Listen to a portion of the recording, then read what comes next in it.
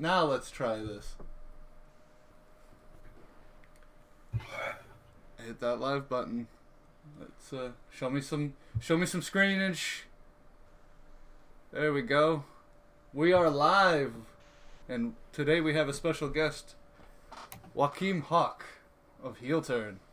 Hello, hello. How we doing? It's been a rough morning so far. I woke up too early. You get through these things. Practice makes perfect. Right. Or you just keep suffering. I'm not really sure which. But... Right. Now, I actually have a question for you. Yeah, go ahead. If you could give us a little story about your journey to our side of the fence, I guess. Well, I first realized that I was gay when. Oh wait, that's not. No. Oh God. See, I'm an old TRS person, but I come from like the boards. So maybe 3-4 years ago, I was working a shitty job where I had a really long commute, and I just remember being on this 4chan thread of like good, our guy podcast, so to speak, and the Daily Show. This is when they were just getting started. They weren't even 20 episodes in at that point. And I started listening to them, and I started listening to, basically everything they put out, because it was like, wow, this is really good stuff. And so I kind of followed, because I was a libertarian at the time. They were libertarians at the time, and sort of transitioning to more of a racial nationalist sort of point of view. And, so I followed along with that journey. It was very interesting.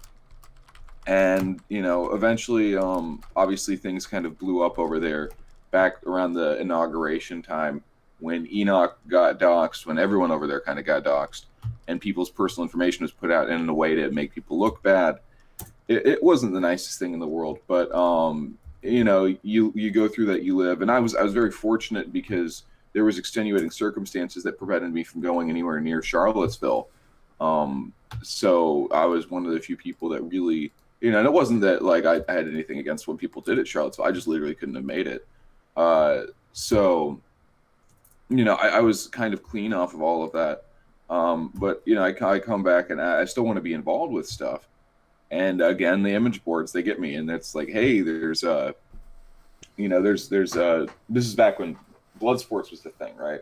Mm-hmm. And I'm kind of a combative personality, and I really wanted to just scream at some of these people.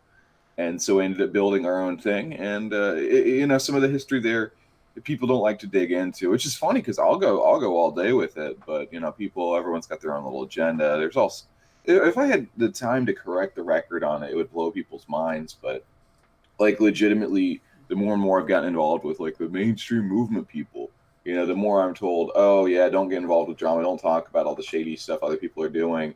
Let people lie about you because it's easier.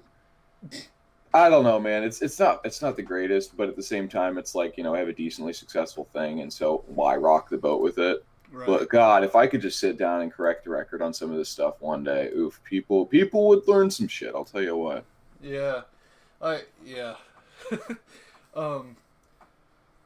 Now, I'm gonna give my side of things. Yeah, go ahead, please. Because I actually started as a big brain centrist,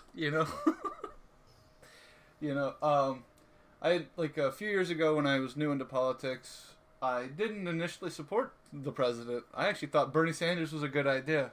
I know, I was dumb and uninformed. Hey, you're certainly not the only one I've run into from that angle, don't worry. Right, but at the same time, I didn't maintain any hard stances for a few years even. And so what ended up happening, because I'm a fairly younger guy. Mm-hmm. Oh yeah, we'll go into that. But I'm a fairly younger guy, and so I didn't really get political until maybe I was 18 or 19. Mm-hmm.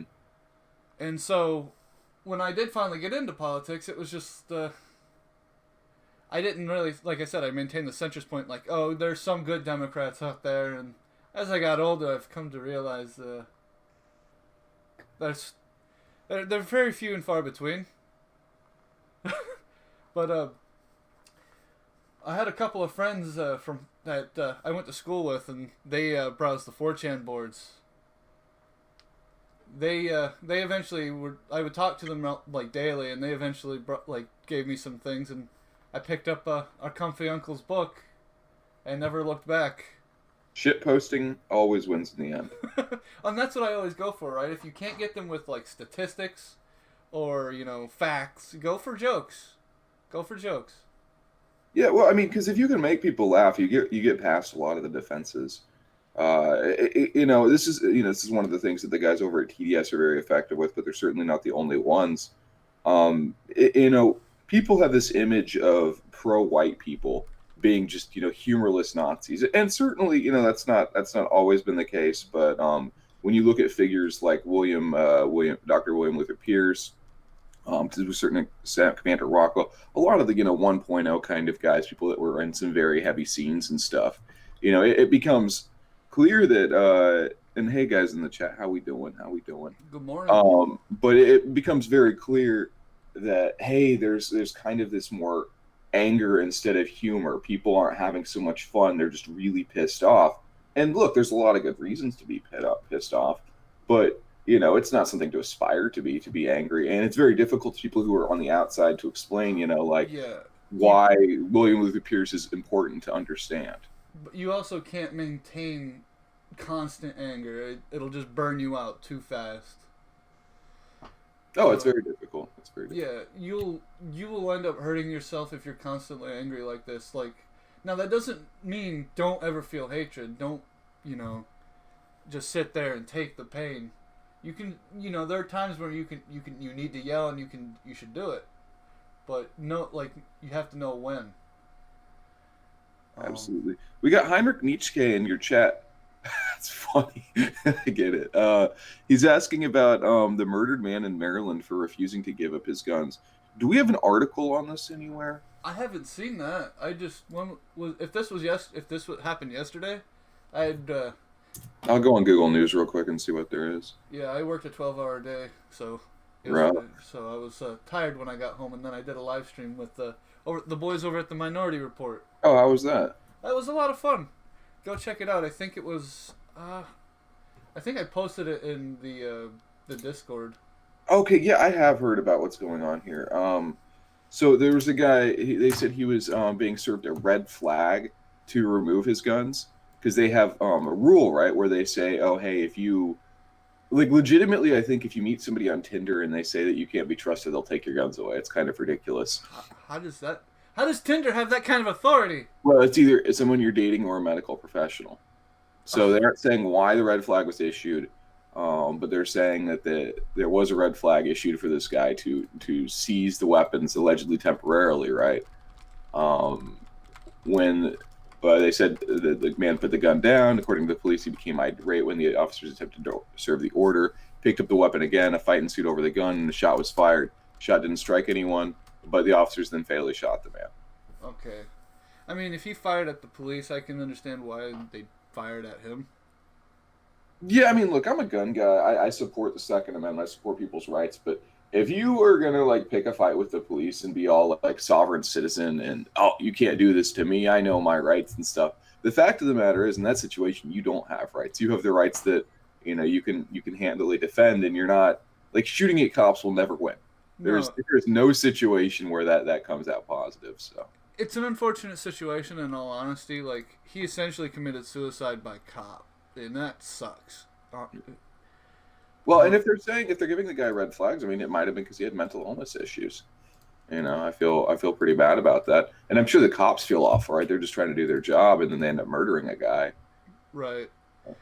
But yeah, it's just like I said, it's an unfortunate situation. He should not, on the other stance though, he should not have to have been told to give up his guns. There was no reason for that. Oh hell no, yeah. The whole thing is was unconstitutional. Well, we don't know for a fact, but yeah, I mean, there's no that process is not cool. Right, based on what we know, it's not right. But he also should, it's a fucked up situation at the end of the day. Unless the guy is an imminent threat to himself or others, then it's kind of don't take it away. But the other thing is it's Baltimore. So, it could definitely be some hood nigga shit. right? Baltimore. I hate Baltimore. Fuck that place. Yeah, it's not the best. It's not the best. Years ago, I was going to a military base, and I was there for a few minutes, and one of the military guys was like, "Should we sick the dogs on him?" On me. I was like, "What the fuck?" They're probably just fucking with you because you look kind of faggy. I don't know. No, I was doing truck driving, and I was sleeping in the back. Oh. And I wasn't awake at the time when we got there, and they needed us to get out to do a check, and I wasn't completely dressed. Because I was like, it was winter. I sleep like, no shirt and my boxers, like, because I was driving with my brother. Real quick, support my Patreon in the chat says, love that name by the way. The whole point of having guns to prevent them to come and take your guns, right, or something like that. Well, people talk about how the First Amendment is protected by the Second, and then the right to self-defense guarantees the rights in the Constitution, as laid out in the Bill of Rights and the subsequent amendments. But I mean, I think that it speaks more to like a personal defense thing, because the moment that you start talking about, the right of revolution, which the founders and the framers did contemporaneously talk about, it leads into some real QAnon tier LARPing where you're like, if the government comes to take my guns, I can shoot police. Bottom text, and it's not going to practically work out. I'm sorry, buddy.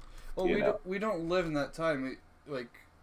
We technically do live in the time of tyrants right now, but we live in a society. Yeah, we live in a society. No, but we live in the time of tyrants. But at the same time, you have if you're going to be a revolutionary, you have to be smart about it. You can't just go out into the street and start pulling the trigger on people. Yeah, look at what the founding fathers had to deal with. You want to talk about difficulty with guns. They had to deal a lot more seriously with it. Foreign occupying army, and they certainly didn't just run out and start blasting away. And they understood that the only rights that you really have are those that you can defend. You don't have a right to own guns if the government can take them away. I'm sorry. It's kind of a silly right. And you can say, but look, they've already cut away a lot of your laws. You don't have the right to own an automatic weapon. You don't have the right to own all sorts of various weapons. You got to control what size your magazine is. What different things you can put on it. I don't even know if it's legal for civilians to own something with like an infrared on. There's all sorts of these restrictions on what you can do already. And so for you to say, this is the line, is they can't come in and arbitrarily remove my right to own firearms. If you're a felon, they can do it, and that's not in the Second Amendment. So you're trying to draw the line again. And the problem is, once the line's already been moved once, they can keep moving it again and again. And look, as I said, I support the Second Amendment. I think it's awful that they can do this, but what's the alternative solution? You can take it to court, and maybe with the Supreme Court being the composition that it is, largely conservative now, you might be successful. I think that would be great. It's better to live to fight another day than to die like in a stupid manner, to be honest. Okay, so Restrat in the chat says that infrared and NODs are cost prohibitive but federally legal. Yeah, it's kind of the same, I think, with automatic stuff, is that you can get all the FFA stuff that you need, but it's just such a pain in the ass that most people don't bother with it. They put up so many barricades that it's usually not legally feasible, or not legally, but financially feasible. Mm-hmm. All right, now I'm gonna try and ease up the mood a little bit for a second here. I have an article about a feminist here. Oh, fun. Yeah, I actually seen that. Let's see. Let me see if I can bring this up really quick. All right. Now I'm gonna keep this hidden from you because I want you'll see it in a second. Is it your penis? It has to do with penis. Okay. But not mine. You've got my attention. All right, but it's about how crazy these feminist types are, right? Sure. Well, apparently, just because this is the name of the article, it's in pluralist.com. Just because a woman puts a penis in her mouth does not mean she's consented. Okay. Yeah, So Just yeah, because she's sucking your dick doesn't mean she necessarily wants to fuck. You know what I'm saying? I mean, if you're doing that, like, no, I mean, to be fair, I can follow the logic. Like, let's say you're fucking a chick, right? That doesn't necessarily mean she's giving you permission to do her ass. right, but at the same time, You don't just get to jump up the whole progression, you know. but usually, I get that, yeah, but what would you do in that situation? Are you just like her prisoner until she's done with you? No, but I mean, look, like, have you not been in the situation where a girl's like, hey, I'll give you a head, and that's kind of the totality of it for whatever reason. No, I've never been in that situation. I get sucked off, and then they open up to me. Well, that's good. I mean, that typically, and that's why you should stick to good, healthy relationships where where there's trust, where there's an understanding that kind of stuff is just it is what it is. Right. Um, but like if you're getting sucked off at a party or something, yeah, I wouldn't say that it implies consent to just full bore, but Well, you maybe I'm you biased. you take the body language and you try and take it up to from there. You don't just like throw her on the fucking bed, open her legs, and shove it in. Restrad, sex should have a minimum conversation unless you're doing the whole talk dirty thing. Yeah, I mean, we were just talking about like the whole ridiculousness of the whole idea of this. I actually disagree with you on that, but that's fine. Uh, Because see, that's she how does. different abuse allegations. Like I hate to say it, but in the day and age of Me Too, Yeah, you got to be real careful about that. And I don't know, like but I, that I, is I that hate to is date this girl. My girlfriend's in the background listening, so this is a conversation I got to be a little careful about. right. But she used to get on my case saying, she wanted to be woken up in the morning with sex, and I was like, well, that seems kind of rapey. And she's like, yeah, morning rape, it's great. I'm like, and legitimately, I don't feel comfortable with that. I do not feel comfortable like penetrating you while you're unconscious. I'm sorry, that's kind of weird. I And would she called me a limp-wristed faggot for it. But like the point is I wouldn't that want you penetrating me while I'm unconscious either. To be honest. it's weird, isn't it? But and to be fair, if you look at like Evola's theories on sexuality, he's not totally wrong in that there is a dominance aspect to it, and part of the female nature wants to be dominated. Some chicks are kinkier than sluttier than others, and you just got to play it by ear. Some girls, it's like, yeah, okay, just do whatever. Anal at a party, no big deal. But you probably don't want to date that kind of girl. You No. probably want to date the kind of girl where it's a big progression from oral to everything else, and you want to take it slow and you want to take it respectfully, and realistically, you can't do it within the bounds of marriage, but it should be at least within the bounds of a committed relationship. Right. All right. Seems like I will. All right. We can move away from this one since it's a bit. Seems to be getting a bit of negative attention. It didn't fly over as well as I had hoped, but oh well. I just thought it. I just think the idea of like, because if they are doing that, that is a bit of sexual consent. If not like,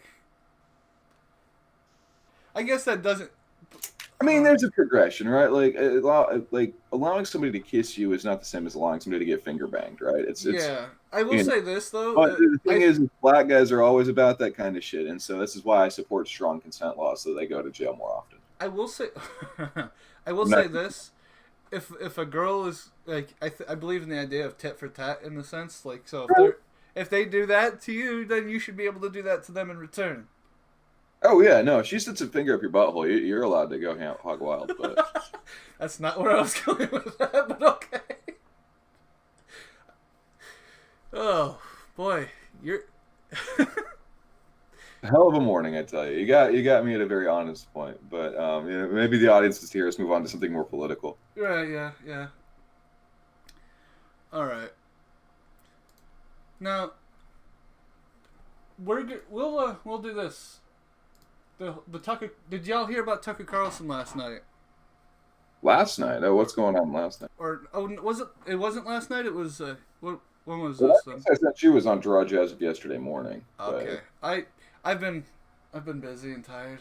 No, fair play. Anyway, yeah. I was watching Sinatra yesterday or this morning because I was getting caught up on everything, and yeah, it looks like some guy was like insulting Tucker's family, calling his daughter a whore. Yeah, so apparently Tucker goes to a country club. Big shock, right? and some guy who's, I believe, a gay illegal immigrant, or at least a gay Latino immigrant. I don't know if he's illegal or not. We'll assume that he's not for the sake of it.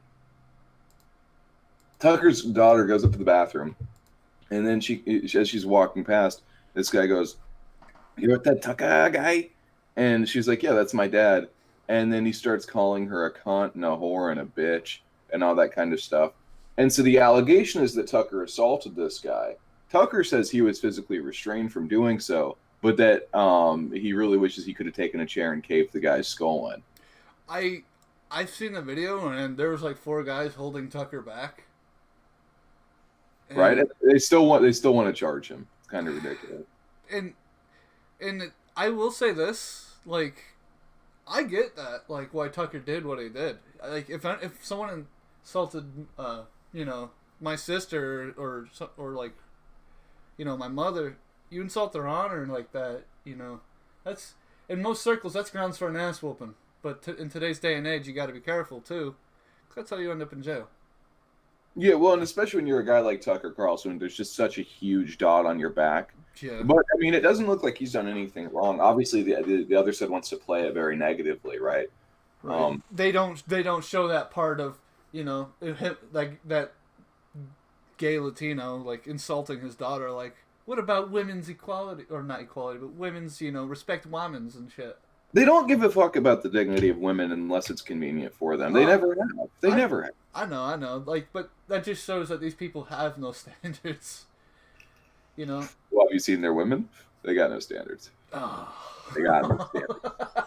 No, well, I mean, look, the Tucker thing, I think speaks largely to a trend that we're seeing where things are getting a lot meaner, personal, and more petty. This week, not only did he have to deal with that, but he had to deal with people showing up outside of his house and banging on the door while his wife is there cooking at home alone, and she has to go hide in the frickin' pantry because she thinks they're about to kick down the door and gang rape the dog.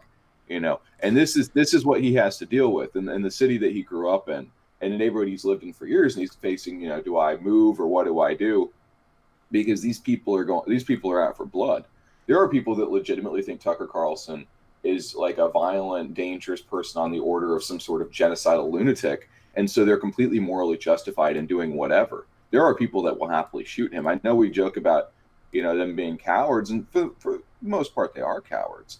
But a coward with a gun can still kill you, and can still kill you very easily. He's got to worry about, when he stops at the gas station now, is someone just going to run up and shoot him? He really, and it's a scary thing that we've gotten to this point. And I think it's really disappointing how people have just kind of left him out there to hang, because he's certainly not the only person in this position.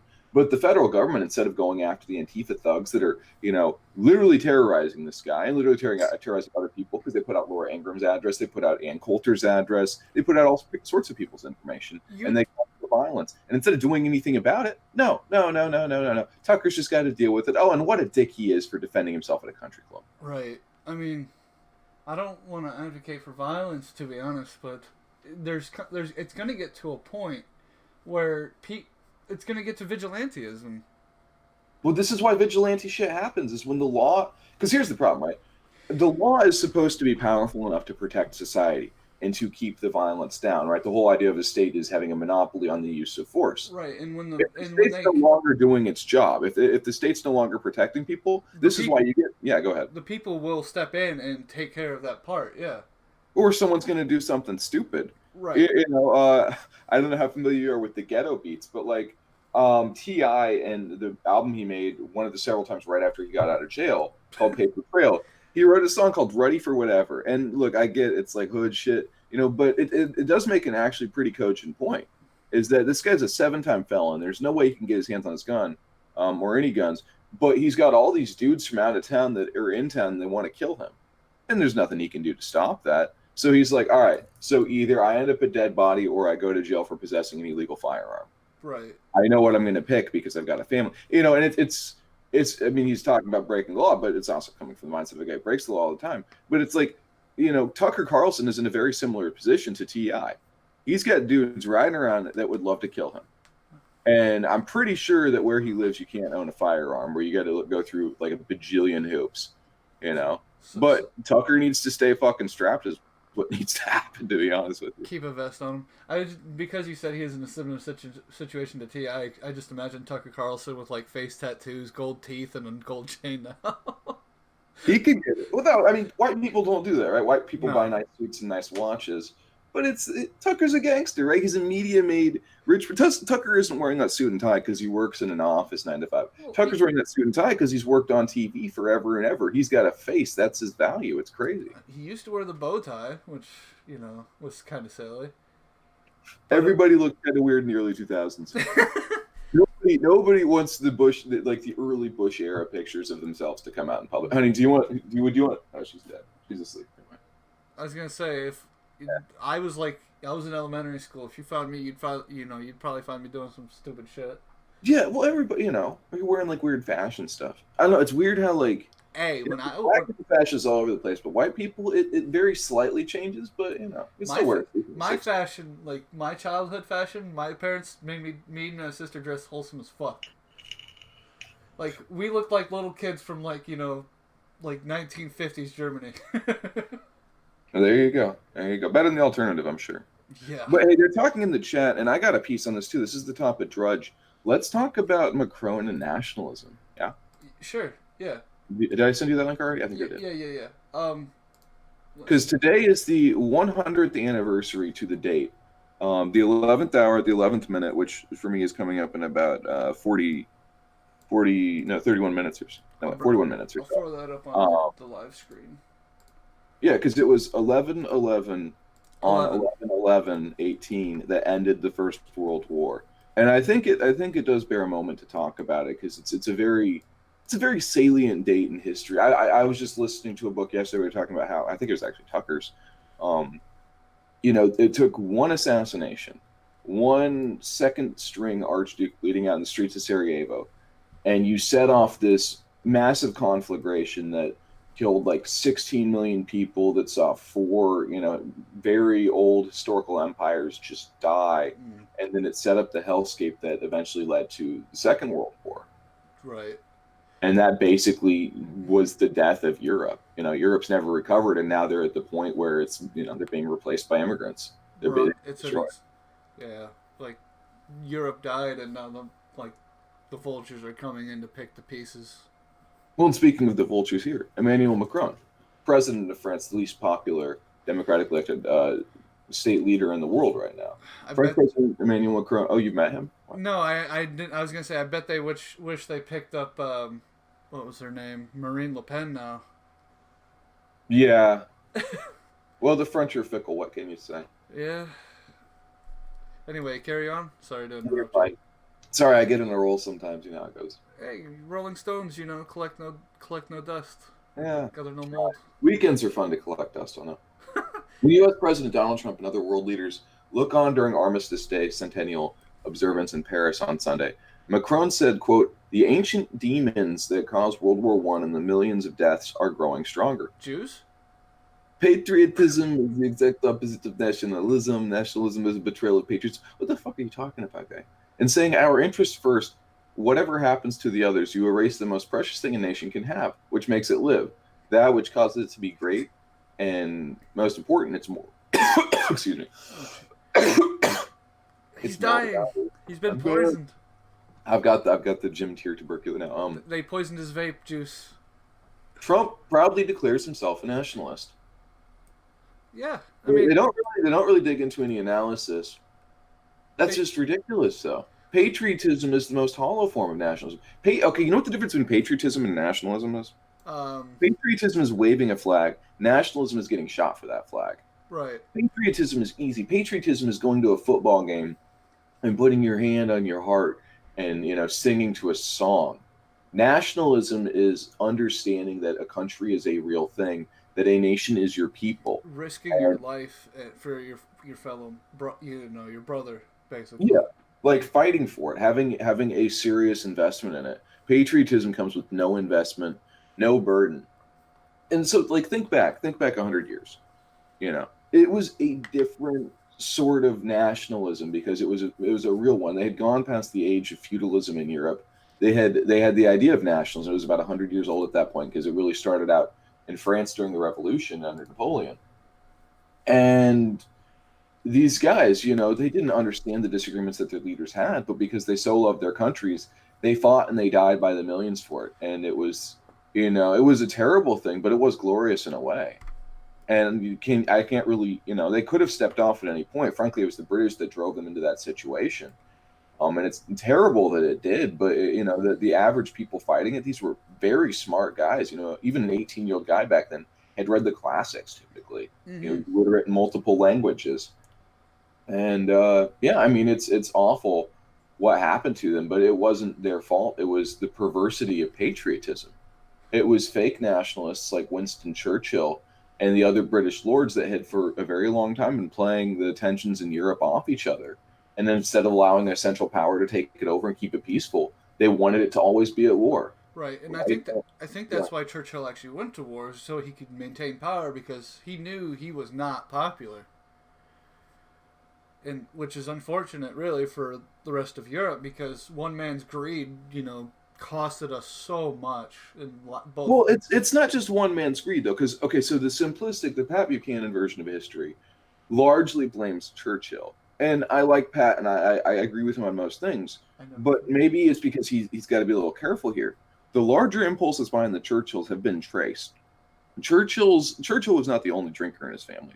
No. It was a family of alcoholic criminals that basically were directly financed because they got their money and they were supported pretty openly by the Lords Rothschild, who have historically at that point, been fucking with England's currency for almost 150, 200 years.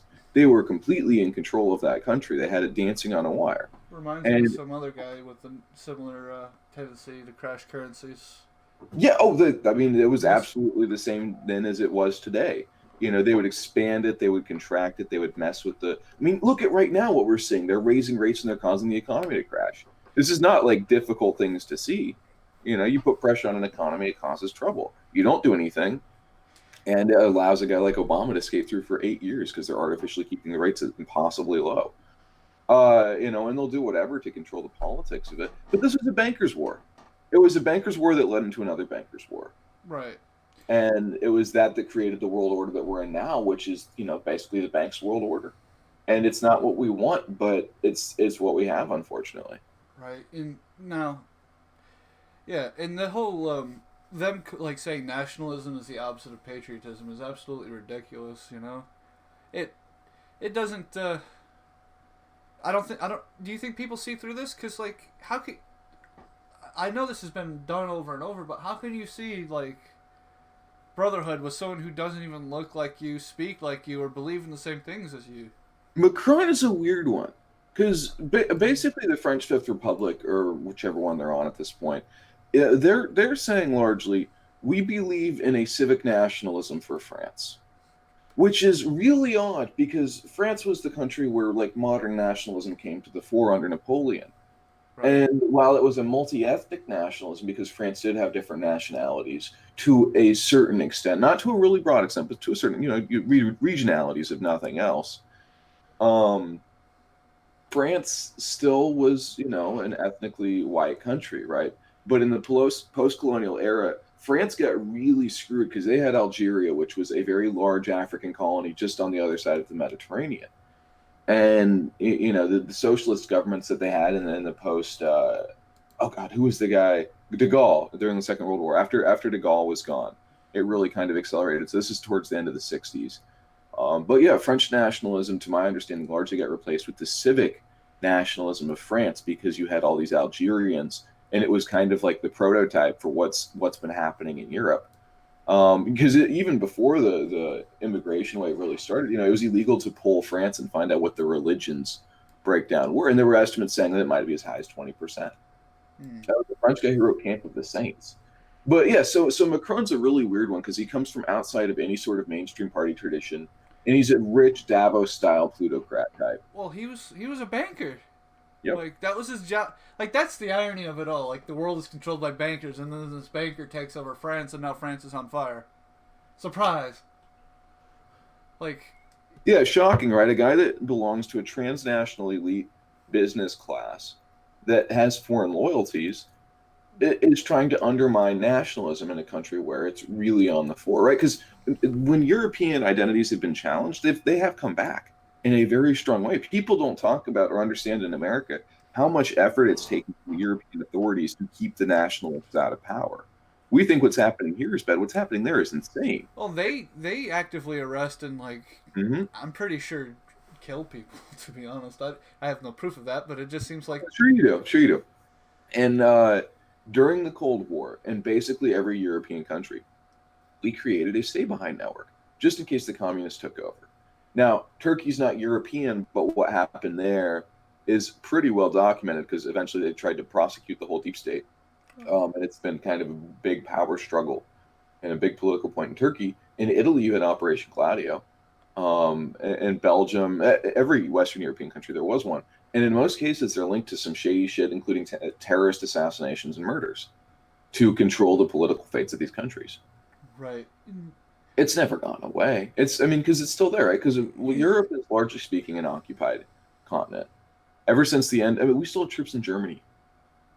The Germans don't determine their fate. The Germans are a puppet state of a nation that hates them. It's been the Jews in America that have controlled the political dialogue in Germany, and they've done it in a way to make it genocidal in a very practical way to white German people.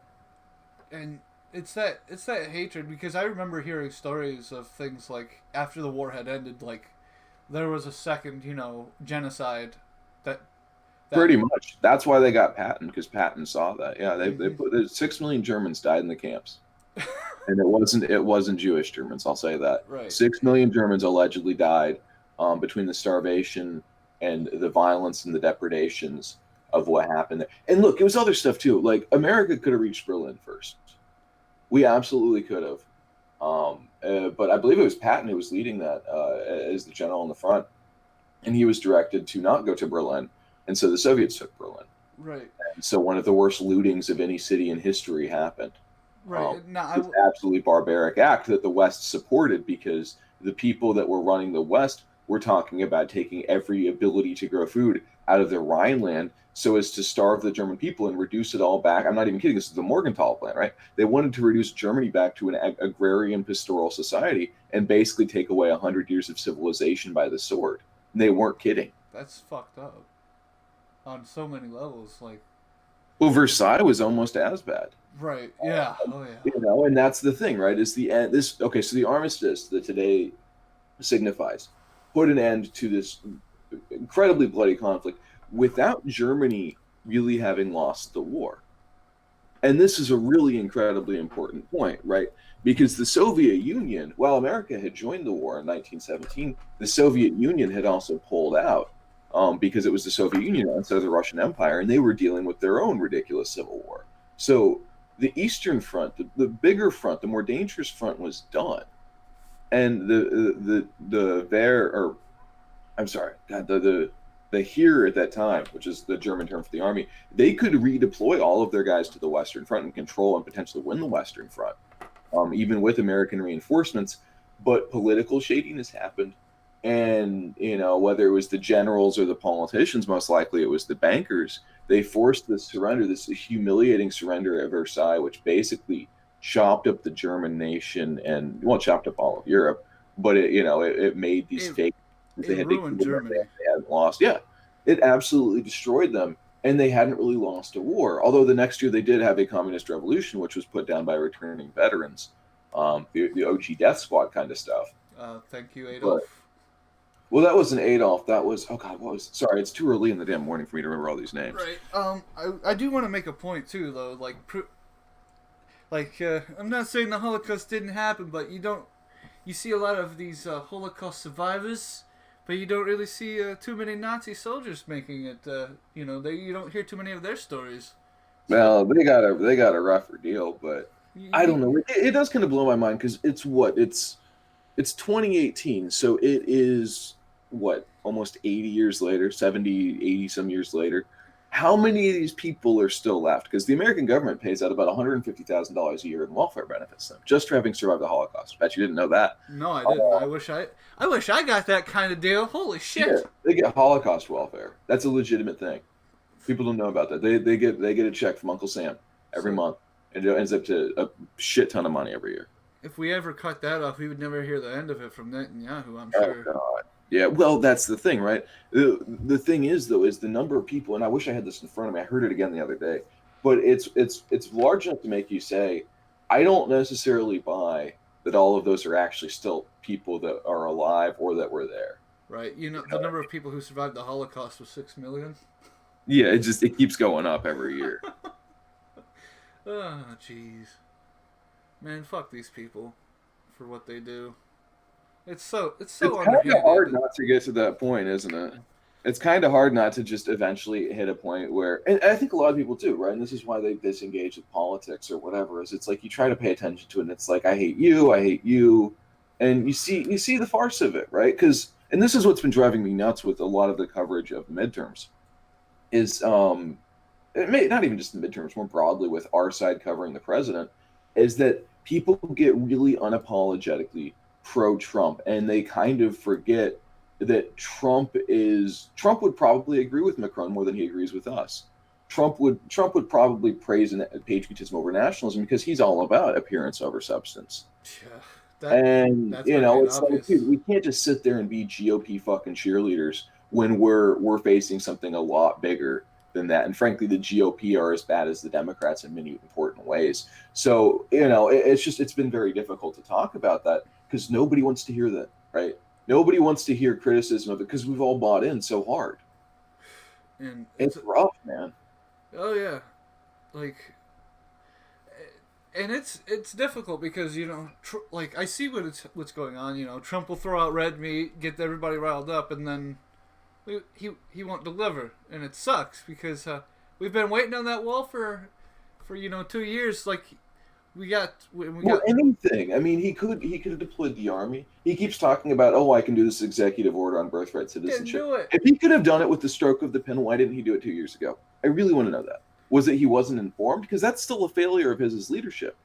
If you didn't look at all of the possible options when you came into office, having promised everything to these people, this the other thing, the investigation of Hillary Clinton. Where's draining the swamp at? I haven't really seen a whole lot of prosecutions inside the Beltway, but I have seen prosecutions of your supporters, Mr. President, by your own Justice Department. Our And sure, you can try to scapegoat Sessions, but he was your guy before he wasn't. right, like, and then I'm just, I'm sorry, I'm getting mad. Just because the whole prosecution of the Rise Above movement and not like some of these other guys are, from what we heard from some of our guys, is that it was done from the higher ups in the Justice Department. Well, And there's no way it wouldn't have been. It's too high profile of a political prosecution to be brought by without something central going on. You wouldn't be doing what specific, but it's also remember the guy who's doing it, right? This is the district attorney in charge of Charlottesville. These guys have been dealing with this stuff for a while now, and the feds have been itching to make a case. oh yeah, well, in a sense, like what was it, Rosenstein, right? He's one of the guys leading this whole investigation, right? Yeah. Well, And it was. I think he's out. oh, I, I I don't think he's on the Mueller thing anymore. I think he still leads the Charlottesville thing. But that's the thing. It's like, in a sense, these guys have a bit of a blood vendetta against us over shit. Oh yeah. Over shit that we didn't do, and that's the Well, fucked up good. thing. I encourage everybody to read Ann Coulter's most recent book, which is amazing. Although the name escapes me right now. If somebody remembers in the chat, please put that in there because I'm stalling and I'm trying to find it. But hang on, I just want to properly shout it out. Resistance is futile. Okay, I was gonna say one of her other books and be completely wrong. No, which is my new favorite title, right? Resistance is futile. But she spends a lot of time actually kind of tearing through the Russia investigation and the mechanics of how it's worked and the justifications which they've used because it's all in the public press and it's pretty shady, right? It was the circular reporting. All of these people were like working for the Hillary Clinton campaign or their spouse was. There's Peter Strzok with his text. There's Bruce Orr, whose wife worked for Fusion GPS. There's James Comey, who's been such a self-serving blowhard. Loretta Lynch, who met with Bill Clinton on the tarmac. That's all out there in the public. This is not conspiracy theory. And, But like being self-referential, be like, yeah, this guy is guilty, and here's an article saying I said he's guilty. Exactly, exactly. And then they use that to wiretap a guy. Like, okay, think about this. The Obama administration openly and through the processes of government wiretapped the Trump campaign. Full stop. And there's Nixon resigned the presidency over something a hell of a lot less than that. And the press today isn't even critical of that fact. well, the press is in the pocket of these people. To be honest, they're basically on their payroll. Well, that's true. They are. I mean, they're a bunch of federal informants, right? The whole press is just a bunch of federal informants at this point. Yeah, and that's why I think well, like some people are saying that once Donald Trump is out of office, that the media will die, and I don't think that's going to be the case.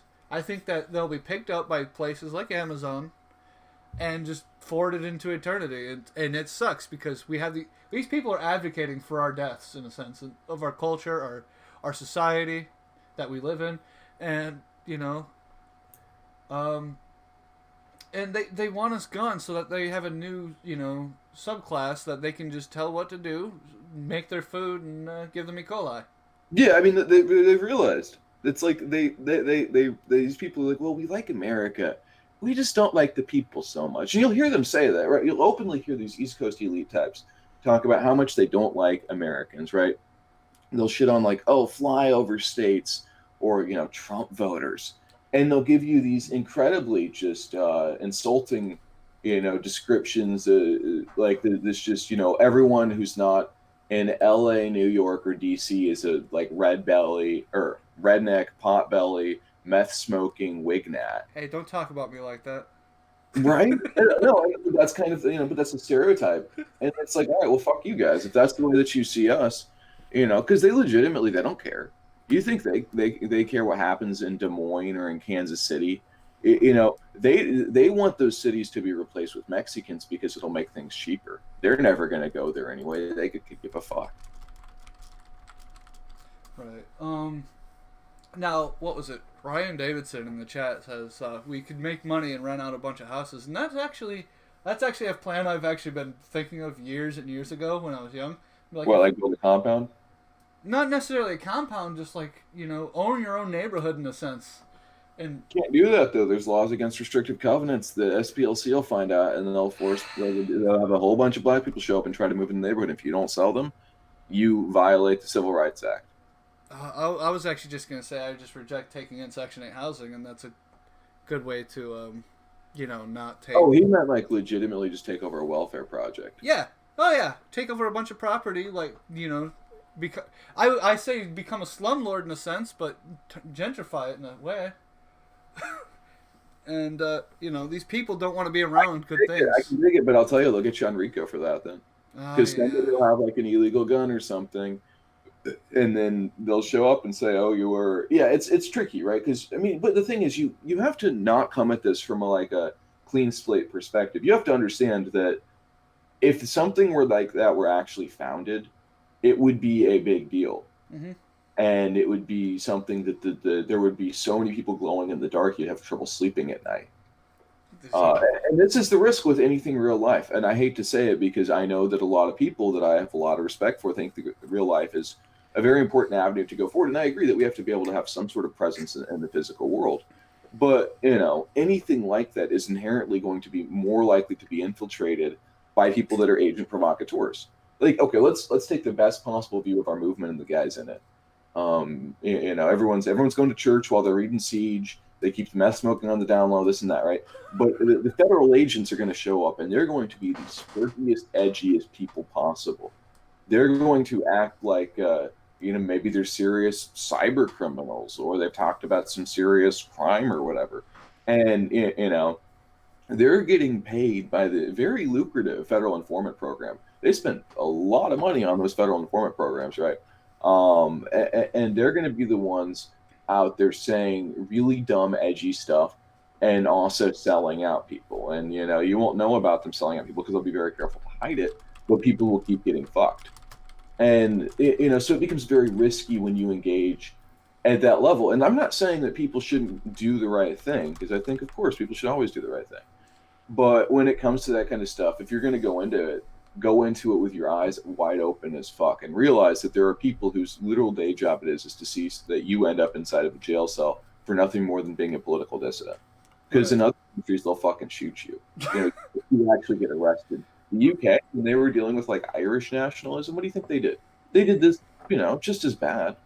It's just we're a bigger country. We've got a more competent police force, and they hide it better. But I guarantee you, and I hate to say this, but I guarantee you, if you look at even like all of the because I've got to deal with booking, I've got to try to figure out who's what, But it's like some of those people out there in the scene, they've talked to cops, and it's not a good thing, and people probably don't know about it, and I don't have any proof or anything.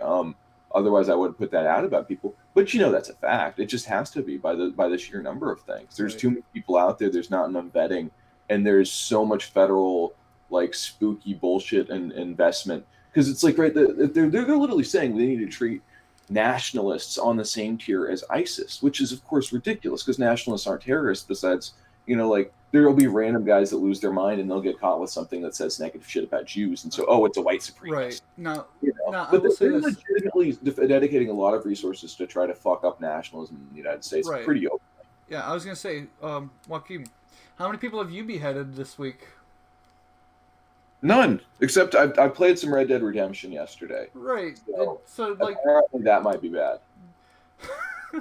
But yeah, like that's kind of the point. What was it?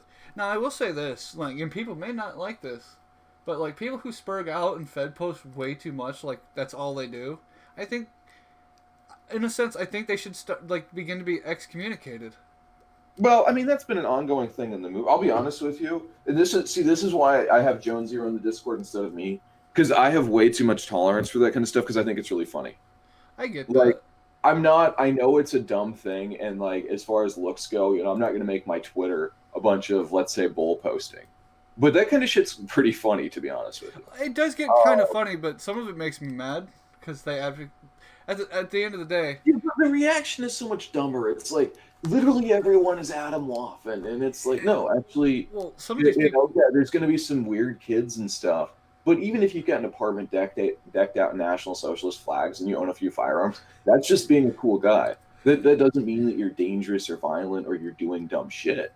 I don't know. The infighting is really ridiculous because everybody is in the fucking trenches shooting at each other, and I think a lot of people have lost sight of the larger goal. Right, and I'm here with a trench gun to clear everything out. No. Well, I mean, sometimes that's the solution, right? But this is what happened with Europe in a more broad sense, right? Is before the First World War, everyone was just like building all these like really negative, hateful relationships against each other, and it was, this whole like back and forth got built up, and then when the moment when shit came, people didn't realize how bad it was until it all blew up. Right. Realistically, and this is something people won't talk about in public because nobody wants to really give you like a realistic view of the right wing because we're supposed to be our own best cheerleaders, right? But no, it's one or two big blow-ups away from being completely dead as a brand. I mean, Charlottesville, frankly, did kill it as a brand. But, in terms of like people being openly associated with anything involving that, all it takes is a couple more fuck-ups and it's done. They're trying to use Pittsburgh to do that. And people aren't really seeing that because they don't get it from a normie perspective. But the Pittsburgh narrative is huge. And the fact that they use it as an excuse to do things like deplatform Ethan Ralph speak to the fact that, it's broader now. They're not worried about the guys that are edgy posting. They're worried about the movement more generally, and they're just trying to scare people away from anything. But, I don't know what that means because I strongly believe we live in a country where they've done shit like false flags before. I think there's a lot of shady stuff, especially with the MAGA bomber guy. Like, it seemed kind of weird, right? There's all of these stickers on his van. They're all clean as fuck, like perfectly maintained. And this QAnon boomer type is apparently sending non-functioning bombs to CNN, And this guy, they get a bomb in the mail, and what do? They put it on the mailroom counter and take a picture. Right, yeah. Like, get the fuck out of there. That's a bomb, But I don't know, man. Something is really shady. And, like, the CNN package was hand-delivered. Okay, but the guy lived in Florida. How did that work? If you study terrorism enough, you realize that it's more common that it's a country doing it for whatever reason than to actually believe that some group of low agency people was able to pull it off. Now, in some cases, it's absolutely true. But you see the difference. It's usually smaller scale stuff, like the way that it is now when you're fighting these bushfire guerrilla wars. But like the big showy stuff, blowing up train stations or mass hijackings, that kind of crap. Almost always, it's government agents doing that because Joe Schmo terrorist isn't going to think to do that. And also, let's be fair, the United States government has a incredibly rich history of faking terrorism. Go back to Gulf of Tonkin. Go back to the Spanish-American War. We blew up one of our own warships in the 1800s to justify a war against Spain. How insane is that? And that's Yeah. like public record, man. Yeah, and people don't. That's the worst part. But at the same time, I think people are, they kind of sleep through it in a sense. But people are becoming more politically aware. Um, but yeah, I don't know, man. It's just at the end of the day, I'm questioning what can we do. There's a lot that can be done, though. That's the thing. When you look at things realistically, it's not to be depressive. It's to say, okay, let's be serious. What do we have? People underestimate it, but we do have a lot of ability that's given to us through the ability of the internet to connect. Now, that doesn't mean that the internet is an ends to itself, because it's not. All the edgy shit posting in the world won't accomplish a damn thing. But the internet has woken up a larger percentage of people now than have ever been woken up to the real issues that we face. People can read the news, people can see the shit in real time, and people become popular by saying these opinions nowadays. So we've got to translate that into real political power. That's pretty doable. That's very doable. Someone in the chat says they got something to say about this. Do you mind if I bring them on? Please. All right. Actually, I'll be right back. I got to grab something in the other room. I'll be back in a second. All right.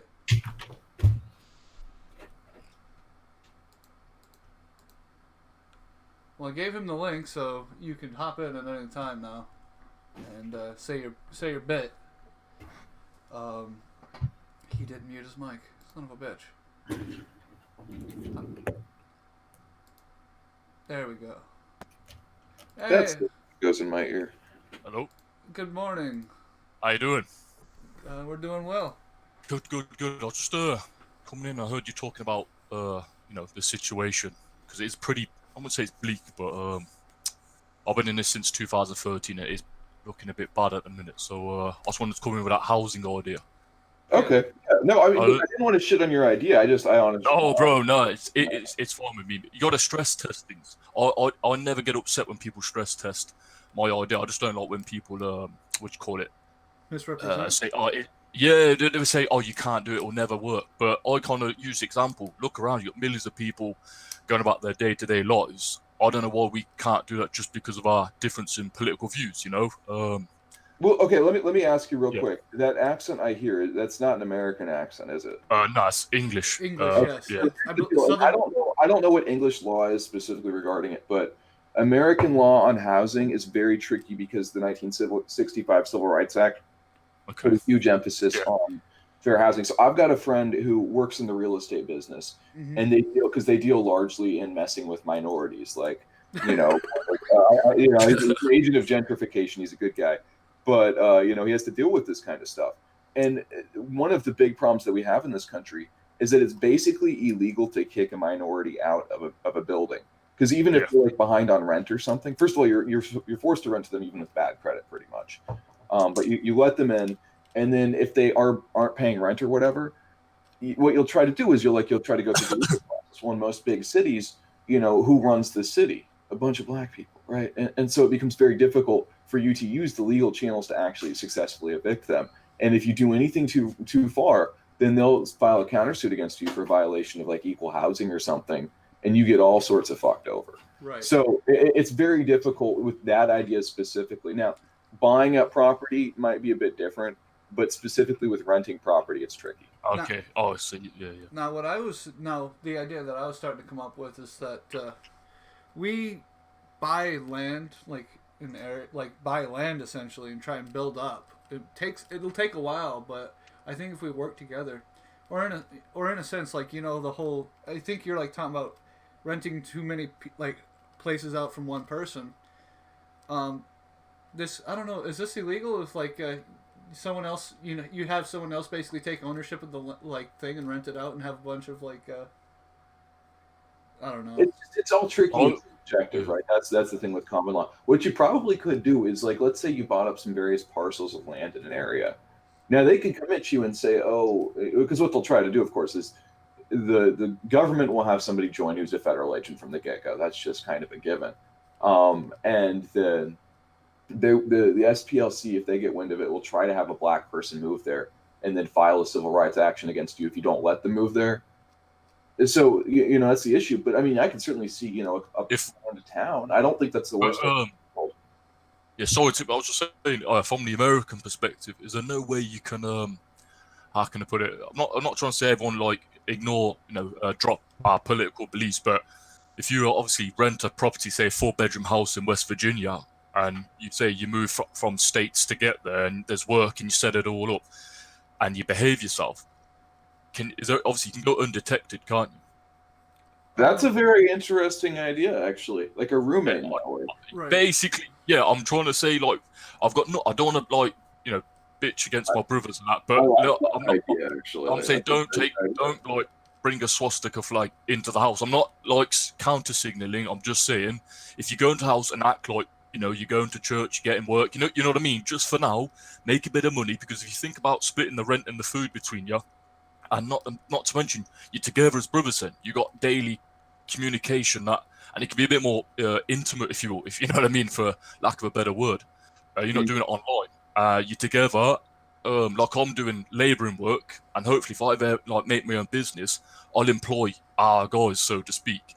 I assume there's quotas in America as well, but if it's a small enough business and no one knows your beliefs, you might be able to get away with some. I'm not gonna lie, that idea is so good. I'm actually not gonna comment on it in public. Okay, mate. Yeah, I don't want to give away any good ideas, but that's a very intelligent point that you just made, and I like that a lot. Yeah, thank you. That's why I wanted to come on with it, and just because I've said it to a couple of guys across Europe and America, and I've just got to be honest. There's too many siege posters and too many compound guys, and I understand the reason for it, but going off too far out into the woods, you're losing power in the city. This idea, you can do it in California, Florida, Maine, Washington State, even if the demographics are somewhat bad, because you're going there with a somewhat neutral outward look, but within the house, you provide a support network. Mm-hmm. You're coming together, and because you're working and you found jobs locally, and the rent's quite cheap and the food's quite cheap, you're saving a good bit of money every month. And say after a year saving, it can go to good stuff politically or family. It's essentially like building your own town. Yeah, yes. That's kind of what I was wanting to do, too. Yeah, but I'm just not as good with the words sometimes. Well, see, building a town is a good idea, but it would eventually get characterized as a compound and shut down. Yeah. They hate that kind of self-sufficiency stuff. In some states, what would you say is a good number then? Like, say, I don't know. I'm not in America, but I look over quite a lot. If I were to borrow your idea, as I said, I don't want to comment too publicly on it. But I would say in a broad sense that when I've had conversations with Johnny Benitez, who I like and I respect quite a bit, a lot of the discussion of public showing the flag stuff, I've said, I've got kind of an issue with just having guys out there in large groups in public for no discernible practical use. But one of the things that's been very effective has been, I guess you could describe it as a cell structure, right? When there's smaller, more coherent groups of guys that act more silently, things do have a tendency to be a bit more survivable, because it's not like everybody's getting doxxed. Because it's important that people organize in real life. But I would just say that and probably just leave it there. That's fine. Yeah. I was gonna say decentralize it in a sense. Yeah. Because the internet, man, same thing. The internet allows us to do all sorts of great organizational stuff they can't really touch. Yeah. And again, we don't have to let go. What I really want is, I'd love it, to get a couple of guys in a house. It doesn't mean you let go of the internet. You can still play video. I don't know if you really want to, but just relax a bit, guys. You know what I mean? We're you don't got to be too crazy about it. Just not to jack off. Somebody's going to break their rule. We all got to live a little bit. If someone's got some guys on 100K a year, why do I want him getting doxxed? If say right now we've got our guys making big money, whoa, don't get, because Charlottesville, I don't know about you, but it hurts me a bit because obviously I've been in this for a few years now, and I watched it build up. We got to that stage, and I never wanted it to happen. I'm not going like I'm some strategist or something, but I was just like, that energy, all that money, because we need money. People say, oh, that's for the Jews. No, we need money more than we need yes, anything else and at this point. that's every person I speak to, like, oh, I wish I had the money to do X, Y, Z, but they never make the connection. Because when I say it, they goes, oh, that's a. Well, I'm not saying everyone's like this, but they say, oh, that's a Jewish thing. I was like, no, it's not. It's our resources. Money is like, I work hard. That's my money. Like, I don't see why I can't make more of it. And I know, give it to someone who's struggling. Like, if someone's lost their job, I can buffer that guy. He's my guy. I know he's going to work hard to look for another job. If I got £15,000 or $15,000, it de-stresses me for many reasons, which helps. I don't know why we're not, the emphasis isn't there more on. Well, I don't know. I think that part of it is that we do have kind of an immaturity, and not just in the sense that it's a very young movement. We've got a lot of young guys, but also that we've never been taken super duper seriously as yes, there have been people that have been serious people associated with it. I'm not saying that. But even in the guys that were the most effective were typically the ones that were best at fundraising. There's a reason why Spencer is the large figure that he is. And one of the reasons is that he's got kind of a profile more built for the ability to fundraise. Mosley, whatever in the UK, similar kind of thing. Big personality who understood a bit more of the practical side of things. And it's like, I don't remember where the quote comes from, but the sinews of war are made from gold, endless gold. Right. You need a war chest, don't you? What we truly need to afford everything. Otherwise, we're going to sit on the sidelines saying, "Man, it's too bad we can't afford this." I know. Yeah. What we truly need is white nat bake sales. Well, I wouldn't even say bake sales though, because it's like look at how fundraising works everywhere else. The Democrats and the Republicans have no problem shuffling dark money around. And most of it is collected not necessarily from corporations, but from people who are employees of corporations. They bundle the donations, they launder them through people. It comes, very quietly and very powerfully, and sometimes large amounts. But if we don't have a structure that's set up to take money, why would people even donate in the first place? Right. Yeah. And because we get to the point where I was just going to say, there's a lot of support for our ideas in the American public. I don't get this. Like the dislike of immigration, the support for a wall, the concern over the opioid epidemic, or the plight of the working white class guy in this country. Those are like the most popular political issues in this country. They really are. And nobody has decided to take. No, absolutely. And nobody's decided to take. Let's take those basic working class issues, and the third positionist tenets which we hold, which they're not incompatible. Populism and nationalism is the core of National Socialism, right? And I'm not saying package it with American nationalist packaging, because you can't just what's the thing Macron's saying? You don't want that patriotism. You need actual nationalism as part of it, and you need a real seriousness. We can do that. We can absolutely do that, and we can put ourselves in the position to be the real leader of whatever the right is. And I'm not talking about the inside the house right. I'm saying we're going to be leading politics by its nose, because we'll say where it goes. That's absolutely doable. I was going to say, there is a definite hunger.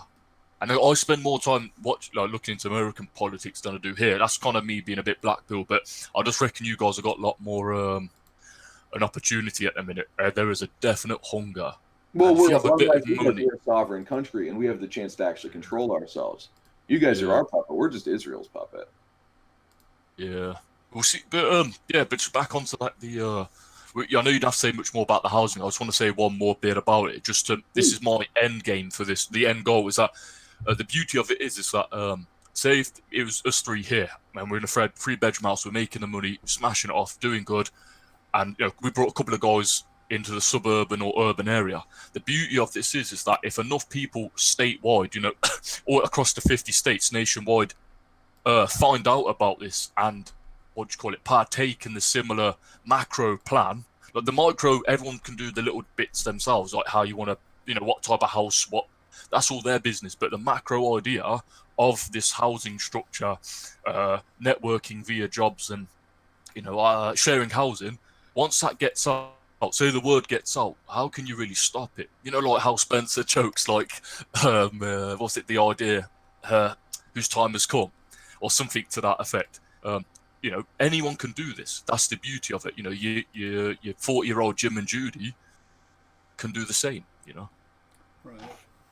So it's a very once it gets out and people start saying, "Hey, look, let me," you know, because I mean, I'm in a shared accommodation myself, and it's not great. You know what I mean? And Yeah, well, look, I mean, the real problem with it, and I'm not saying that this is a problem that should stop it, but the real risk there would be either somebody goes full on like diary, yeah, and yeah, they basically start turning their whatever into something really bad, and then it comes out, or yeah, sexual stuff. You know, like, okay, oh, someone's got girlfriend was getting beat, or some dudes were, sucking each other off. Next thing you know, that's all the oh, movement's ever known for. You see what I'm yeah. saying? Either way, No, 'cause I know. Go they ahead. do this to people, and whether it's someone's just crazy because French movies Yeah. do attract French people, or it's a CIA glow in the dark person. From my perspective, obviously, I'm coming from an innocent. Like, I want to just get on with things now. I think, I'm in my mid-20s. I'm getting a decent job and I'm coming along. Which I advise a lot of American and European guys our age to get into trades. If you've got nothing else to do and you're struggling, definitely get into like trades work. But yeah, it's I can see what you're saying. Yeah, someone can tamper with it. They could, the glow in the dark could. I'm giving them ideas now, but you know, I might Well, as well say just believe me, whatever. now there's ways Yeah. to deal with that. There's ways They to deal could with that, and that's the false stuff flag it basically. Yeah, they could. because Yeah. there are plenty of ways you can do that, but at a certain point, you really don't want to talk about it publicly. But That's the fine. thing Yeah, is, yeah, it's not a terrible idea. It's not a terrible idea. There are, as with any idea, right? There's weaknesses, and you got to just. And that's the Don't thing. stress those Some things. people, they see weakness in an idea and they give up on it instead of saying, "Well, how could you make that work?" Yeah, at least some anons can do it then on our side. Some people who might be in a state already and they think, "Wow, why don't we do it right now?" We're Well, I young. think people do kind of do it naturally. I've Yeah. got friends that are roommates that have somewhat shared beliefs. Oh, cool. Then that's good. Yeah, people do kind of do that naturally, but yeah, you got to be careful. Nah, that's it. I think I'm done here. I don't know what right. else to say, but thanks for letting me come on anyway, and Good to meet you, man. yeah, you too. All the best, guys. I was gonna say, what can we call you? Just Ryan. Yeah, that's fine. All right. I'm in the heel turn server now and then when I'm not working, so I'm always about. That's why I saw the link you posted. Yeah, send me a DM sometime. I will do, mate. Yeah, thank you. And we'll talk about this in a bit more detail if you want sometime. Yeah, or whatever. we can talk another time. Have a good one. All right, all the best, lads. See you in a bit. Bye. Oh shit, we forgot to ask him about World War. Oh yeah. Dang it. We had an actual Euro here, and we forgot to talk about World War One. Sad. It's all right. I mean, he has the link if he really needs to come back. But anyway. No, it's all good. It's all good. By the way, Heinrich in the chat, talk to Jones. I don't have anything like that, but Jones might have something for him. So that's cool. Yeah. I don't have anything set up right now for this. I just run the Streamlabs thing, but I don't actually have it set up to accept donations. Yeah, it's kind of tricky. Hit me up after the show. I'll walk you through it.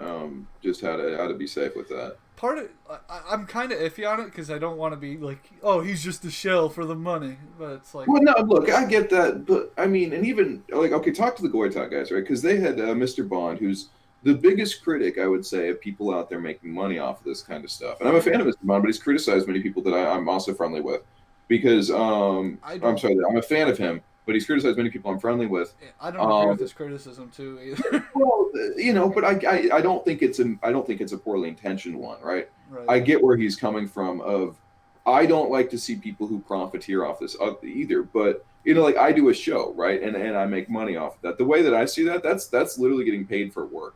I don't have a paywall or anything like that. What I do is I just say, if you want to support what we're doing, donate. Throw some money my way. And there's no obligation. It's still out there. We don't do any work that's not available to anybody just who wants to listen to it.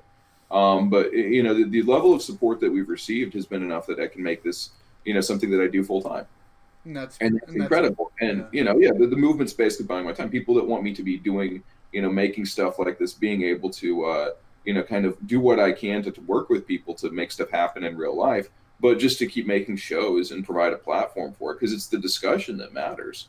Like, let me look at the booking sheet for this week. I don't know that it's for sure, but like Ramsey Paul and possibly Tommy Sotomayor. The black guy? Yeah, potentially. I can't remember. I don't remember if I heard back. Let me see here. Okay, so this is the booking status that most recent I've received. On Monday, possibly Tommy Sotomayor. Tuesday, Thomas from the Patriot Front. Wednesday, Richard Spencer and Rush V. Thursday, Vince from the Red Elephants and Angelo John Gage from Twitter. And then on Friday, Ramsey Paul. And honestly, the best bookings for the week got taken by Brundlefly's show because of just the way that stuff broke out with Spencer and Dr. Michael Jones not being able to do the show on Friday. And also Dr. Cynthia McKinney's going to be over there on his stuff. And that's fine because we've got a full week as it is already. And we'll certainly have those people on in the future. And we've had some pretty good conversations so far with that. And I kind of want to see them get a little bit more, I'll be watching those shows after the fact. I'll tell you what. It's always good to see people building up their programs, right? So we've got a good week of shows. They've got a good week of shows. There's going to be a lot of good stuff coming out, and it's not going to slow down. Like that, the ability to do that, because that's not where we were when I was still, working 50 hours a week kind of stuff. It was very tricky. I'd be fitting this in the spare time. We'd be doing it. And, I'm not saying that it's totally better. I know some people hate the monologues, right? But I like them. I like being able to write them, honestly. Let's be kind of clear out my head with some of these thoughts I've kicked around. And it gives you a bit of, it's good for your brain in a way. And I sometimes just write to myself. Like, I have a journal that I keep. But, yeah, no, it's good for you. And the monologues, I personally find them very inspiring. Well, I appreciate that. I hope that people get something out of them. And I've heard that's why I keep doing them is because there have been people saying that they really appreciated them. It's like, I don't know, some of this stuff, when you just talk about it extemporaneously, it's fine. But taking a moment to sit back and think about it and really kind of gel it out. At this point, I could go back if I wanted to and start trying to construct a book that ties together some of these broader ideas of, like, where are we on foreign policy? What do we believe in terms of this or that? Or, and I know people have pushed back on it, but I've made several critiques of the movement more broadly that, people don't like it because I'm relatively new on the scene. I'm a relatively smaller guy, but I'm just saying, hey, this is what I'm seeing it. And this is the way that it is. And, hey, but I feel like sometimes criticism needs to be made, or at least a fair analysis of it.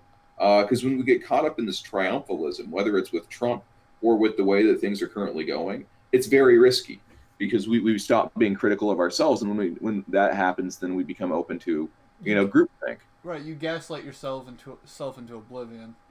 And that's no good for anybody. Oh, yeah. Now, I have something that's a little bit different. I'm going to move on to a new... Because you did send me a few articles, but I have one that might have the guys over in, people like Don Lemon worried. China. This is from China. They have an AI news anchor that.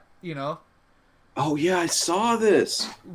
Like, very fascinating, isn't it? They're coming to take your jobs, when you're just a mouthpiece that just repeats the same talking points of the elites, who needs, you can get a machine to do it for you. You don't have to pay a guy $30,000 a month, or however much these people get paid. And then they're coming for my job. God damn. No, I'm just kidding. Right. Well, eventually, we might not have any jobs, and then what do we do? Well, it has been something that I think mainstream conservatism more than us, but discussing automation and the trends towards automation has been something that conservatism has largely missed outside of authors like Ted Kaczynski, who I think made several very salient points about industrial society and its future. But yeah, when we talk about the issues of the working class and we claim to represent or at least seek their benefit, something that's almost as bad for them as immigration is automation. And look at truck drivers, right? Mm-hmm. In the majority of states, that's the most popular profession, just in terms of people employed by it. And Australia right now is about 10 years into research, and these companies, these car companies, these truck companies, they're working on making self-driving semi-trucks. Yeah. And before self-driving passenger vehicles become a thing, you will see self-driving fleets of commercial vehicles take to the road. And they're getting very close to there. And what happens? What happens to all of our truck drivers and to all of the families that are supported by truck drivers' incomes? Are they supposed to go work at Walmart now? Are they considered to be the losers of the world economy because they had a trade that got replaced? And I'll tell you this much: that'll fuck up a lot of my family, and that sucks because like they, I guess they could do mechanical work, but at the end of the day, that'll tear like their bodies up faster than it would.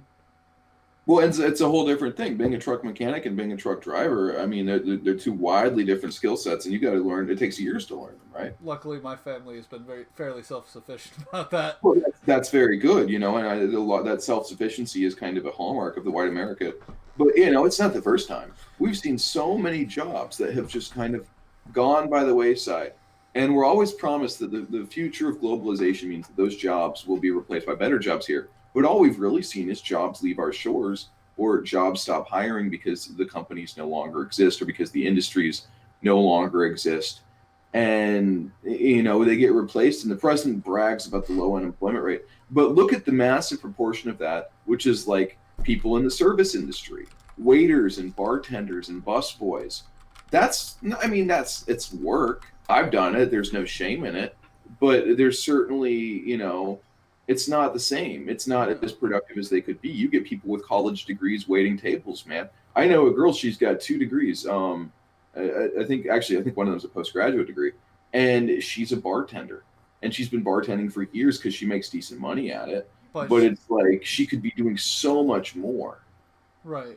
What was it? Now, do you think these people should be trying to find a new job soon, or do you think this is going to take a while to kick in, or do you? I think it. Well, it's incremental, right? It's the boiling of the frog, man.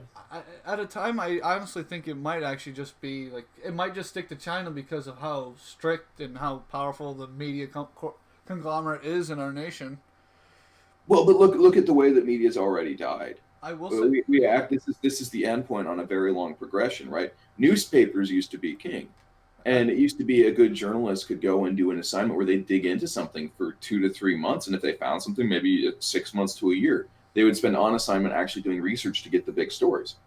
And then newspaper subscriptions started going down because of the internet, because of cable news. And it got replaced by this CNN style and then eventually Drudge Report style. You have to have everything right away. There's not a whole lot of time for serious analysis or investigation.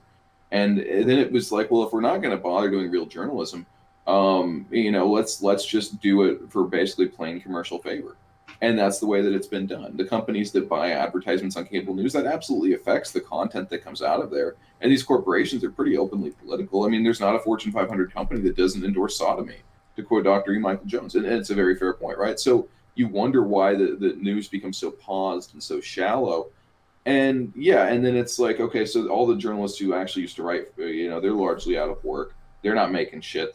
These new kids, they get paid, basically entry-level wages in any other career, 5-10 years into it. You get all these freelancers, you get the BuzzFeed types that are basically, working like starving artists.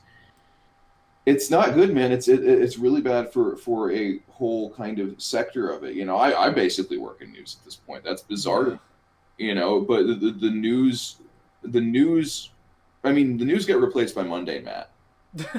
Yeah. It did. And, now they're just saying, well, Mundane Matt's basically an AI anyway. He's an NPC anyway, so why don't we just make an NPC to do it for him? Right. And because look in China, these people aren't going to be doing serious journalism. That guy right there, he's going to be reading what the party tells him to say. Well, that's the AI, actually. That's what I'm saying. It's a robot reading what the government propaganda tells you. Okay. Why do you need journalists anymore? Right. Now, I will say this to Heinrich in the chat. I wouldn't say Trump killed the media, necessarily. I think he just dealt the final blow. I think media essentially killed themselves. They gave them... They took the rope and tied it around their neck and ran off the pier, Well, he exposed the corruptness and the shallowness of it, because they used to coast by on their old reputation. And they used to play up to, the tropes of like, oh, you got to trust the media and Edward R. Murrow and Walter Cronkite and the great men who wrote at the New York Times, who probably weren't all that great, but, they do that, and then they put in people like Don Lemon, and they expect them to just coast by on the name and the credibility alone. But it gets exposed time and time again how fucking stupid and hypocritical and mean-spirited these small little media people are. Right. Now, maybe a little fucked up, but maybe it's maybe I should start learning to code. You know, I Well, the thing I hear, and I mean, talk to Gator guys like that who know that business a bit, but it's all been replaced by third world, man. oh yeah. They'll ship it overseas. They'll import H-1Bs. Yeah. Heinrich brings up construction in the chat. Construction's maybe one of the few businesses, and it does seem to be doing very well right now. But even then, you're competing with illegal Mexicans. Yeah. Oh yeah, I did that for a bit, and it doesn't. It depends. If you're starting out like where I lived in Florida, they were paying like $9 a fucking hour. Yeah, for hard labor. I was slinging fucking brick and concrete out in 90-degree weather. It's exhausting, and to get paid peanuts is fucked up. Heinrich's right that Trump did show the right how to fight back. Yeah. To a certain extent. I mean, to a certain extent, he did. He kind of gave a shot in the arm to it. But I guess I lose the Trump narrative when it becomes, oh, Trump has got these 40 chess moves. No, Trump makes mistakes. Trump makes a lot of mistakes, honestly, because he's not a politician, and he doesn't get politics, and he tries to treat politics like it's business, which in some situations can work because he can kind of grasp these bigger things. But like when it comes to international politics, it's a little bit trickier. The branding. We're not talking corporate branding. We're not talking like Bernay School kind of public relations. We're talking about very serious things that affect the fates of people, not just the effects of dollar amounts. If you were to, I said this when I was younger. I wouldn't necessarily put Trump in as like the president like when I was younger, but he's done. I don't know if he's been more damaging than helpful, but he's woken the people up. I will say that. But I used to say put him on Treasury or something like that. Have him manage the finance and stuff like that. I think the most powerful thing out of Trump is the nationalism stuff, and yeah, letting well, people know it's okay to be nationalists again. I wasn't expecting that back then, Oh, right on, Heinrich. Yeah, no, I get that. Construction's a good business to be in, I tell you, it is. Oh, but yeah. I mean, look, the president was in construction, right? He largely gets that, and that's the thing is, despite the fact that he's a billionaire, they see him as a traitor to his class because he's more used to working with working people. He gets middle America, which the coastal elites never did. The coastal elites get each other, but you got to look at what they actually consume to see how completely out of touch they are. Right? These are people that read Ta-Nehisi Coates like uncritically and love it, and it's everywhere the guy goes, he's filleted, and it's a black guy who writes white self-loathing books for white people, and just talks about the evils of racism and the terrible nature of race relations in America. And how it's all white people's fault, and black bodies, this and that. And white liberals and white intellectuals and the white ruling class eat this shit up. And so a guy like Trump, that's not going to play. But Trump lives in a different world than these people because Trump doesn't see it that way. Trump doesn't buy into their race narrative. And it's caused them a lot of trouble. Now he has to cut to it a little bit because he's afraid of being destroyed, of being out as being racist. But you hear this stuff, and it's like, yeah, Trump gets it. Let's see. Oh, Reastrad wants me to play the clip on the website, I think. Do you have that open? Or do you want me to link you the article? Yeah, go ahead, send me the article on Discord real quick. Alright. There you go. The Jardian. Alright, let me get that back up on screen real quick. Alright. Sorry, we're flying by the seat of our pants right now.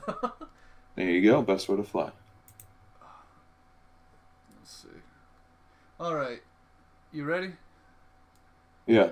3, 2, 1, go. Hello, everyone. I'm an English artificial intelligence anchor. This is my very first day in Xinhua News Agency. My voice and appearance are modeled on Zhang Zhao, a real anchor with Xinhua. The development of the media industry calls for continuous innovation and That deep hurts. integration with the This is the international NPC meme advanced come to life. technologies. I will work tirelessly He to keep looks you like it too, informed as doesn't he? texts will be typed Oh into my my God. system, uninterrupted. I look forward to bringing you the brand new news experiences. Oh my God, that is God, that's terrifying. The NPC meme come to life. That is so freaky. Oh my God. Like he even looks like it. On the chat, the anchor goes on so well with the NPC aim. Oh Yeah. yeah. Holy shit. Oh, we're breaking the. Well, we aren't breaking the conditioning. The We're making- conditioning is strengthening. Like, Yeah. oh, we need a bigger hammer. Well, okay. So here's something that kind of happened that went to the bottom of the news stack because it's been kind of crazy lately, right? Uh, there was a lady who wrote a book who made a very cogent point that we need to have the FDA for programs. Like back in the day, it used to be, especially if you've been playing Red Dead Redemption, that this is the case, right? You can go out and buy cocaine gum or, buy a tonic that's basically just heroin. They used to sell radioactive stuff to people as medicine, right? And they Why do I didn't got a tumor in my jaw? yeah, they didn't have any sort of regulatory body on this, right? It was very libertarian back then that you could just kind of do whatever and not worry about it. Well, eventually they were like, wait a second, there's all sorts of bad stuff out there. We need to regulate it. And then they had the FDA, which is not perfect, but it's probably better than just pure anarchy with that. And the thing is with AI right now and with a lot of computer programming, there is no regulatory oversight. So like there's algorithms in the market that are very powerful trading algorithms that do everything they can to try to front run each other. And it creates this market that's kind of detached from reality, but is also largely run by artificial intelligences. You've got people doing some very serious research on cognitive programming with absolutely no government oversight. And that's kind of ridiculous. Look, I'm not out there as a big fan of like big government, but if we're going to have a government, this seems like an area of it that should be pretty well regulated. Because what if these people do create, sentient life or something like that, and they make Skynet? I don't know, but I know that there's possibilities out there that are not fantastic. Now, I will say this: I actually know a guy who does coding and programming, and he's like. He's fucking, in a way, he's suicidal. He's like, AI is the future, that humans will die out and machines will take over. I was like, dude, I don't, like, I want to... You write that shit off out of hand as just hey, that's an okay situation. Like, if that's real, maybe we should go into this eyes wide open. Maybe we should have a concern. And that's what, going back to what I was talking about with truckers, we don't know the impacts of this, and we've got to be ready to deal with them, man. No, I will say this, like... He writes, he wants to go into AI and all this stuff, but when I told him, like, I kind of said it kind of jokingly, but I was like, should I just, end you right now then? Because I don't want my people to die. I don't want to die. I don't want my future. But see, that's the worst way out. You don't do that. You gotta stand and support it and realize that the way that things are today, it always changes, right? Go back 20 years, they never would have predicted most of the stuff that brought us to this point. Go back 20 years for look, compare and now, yeah, a lot of it's been in a bad direction, but it's been less than 150 years since people figured out how to fly. People have been on the moon in the past century. There is all sorts of like crazy outside context problems and solutions that are out there. Because everything, the internet is an outside context problem for the ruling class of the world. A lot of modern history has been kind of the interaction between the internet and previously existing power structures and the acceleration of digital trends. We can ride that as much as anything else. The resurgence of nationalism and the victory of President Trump has a lot to do with the trends that have happened in communications and telecommunications and computing power. Right. And it's not going to change. We just got to accept the fact that we're part of a new paradigm and learn how to play to our strengths instead of, playing by outdated playbooks. And I've said this before and I'll say it again. I got a lot of respect for, books like Mein Kampf and For My Legionnaires. But at the same time, those are playbooks that were written in a pre-digital era. Those were guidebooks. Those were very important works, but they were written in a different period. And while the lessons from them do not need to be, understood and embraced, and should be, a guiding feature of what we're looking forward at, a lot of it is also, hey, there's kind of an issue here with that's not where we came from. We didn't develop as a workers' protest movement. We don't have meat space roots. We have digital roots. Right. And embrace that. Don't run away from it. Embrace our potential. Now, the irony of it all is he has the audacity to call people sheep and stuff like that. Like, well, like he doesn't, engage in like a lot of this political stuff, but like Who are we talking he's someone I know. Oh. The guy I was telling you about that wants Skynet, basically. Oh yeah. He was saying, I don't want to give out names or like connections. Yeah, And stuff, don't. But he was saying like he would say things like he supports Google, like he thinks that Google's the future and like globalism is the way, and I'm like, dude, you have the audacity to call people sheep, and then you'd say stuff like that. I mean, it's nihilism, man. I don't. And nihilism is a natural reaction to this kind of stuff, but it's the most poisonous and dangerous one. Because look, I know a guy just like that. He's I actually not, know quite a few. the guy I'm talking about is not our guy in any way. Sure, these are people that they're smart enough to realize the way that things are, but they've basically embraced the NPC thing, right? They've decided that nihilism is superior to having a good plan. Because the non-nihilists on the Democrat side are the Bernie people. As self-destructive as a lot of their ideology is, they're the ones that are like, well, let's embrace it for it. Because the other side of it is technocratic globalist wants automation. There are people who really genuinely believe that it's important that we automate, that America turns brown, that that the historical American nation is replaced, that all of these things happen, and they believe it, and they believe it's so important that they're willing to do crazy stuff to defend it. Now, Go ahead. I will say the upside to the this person I'm talking about, he's a pacifist through and through, and that which makes this makes it a little bit easier to deal with.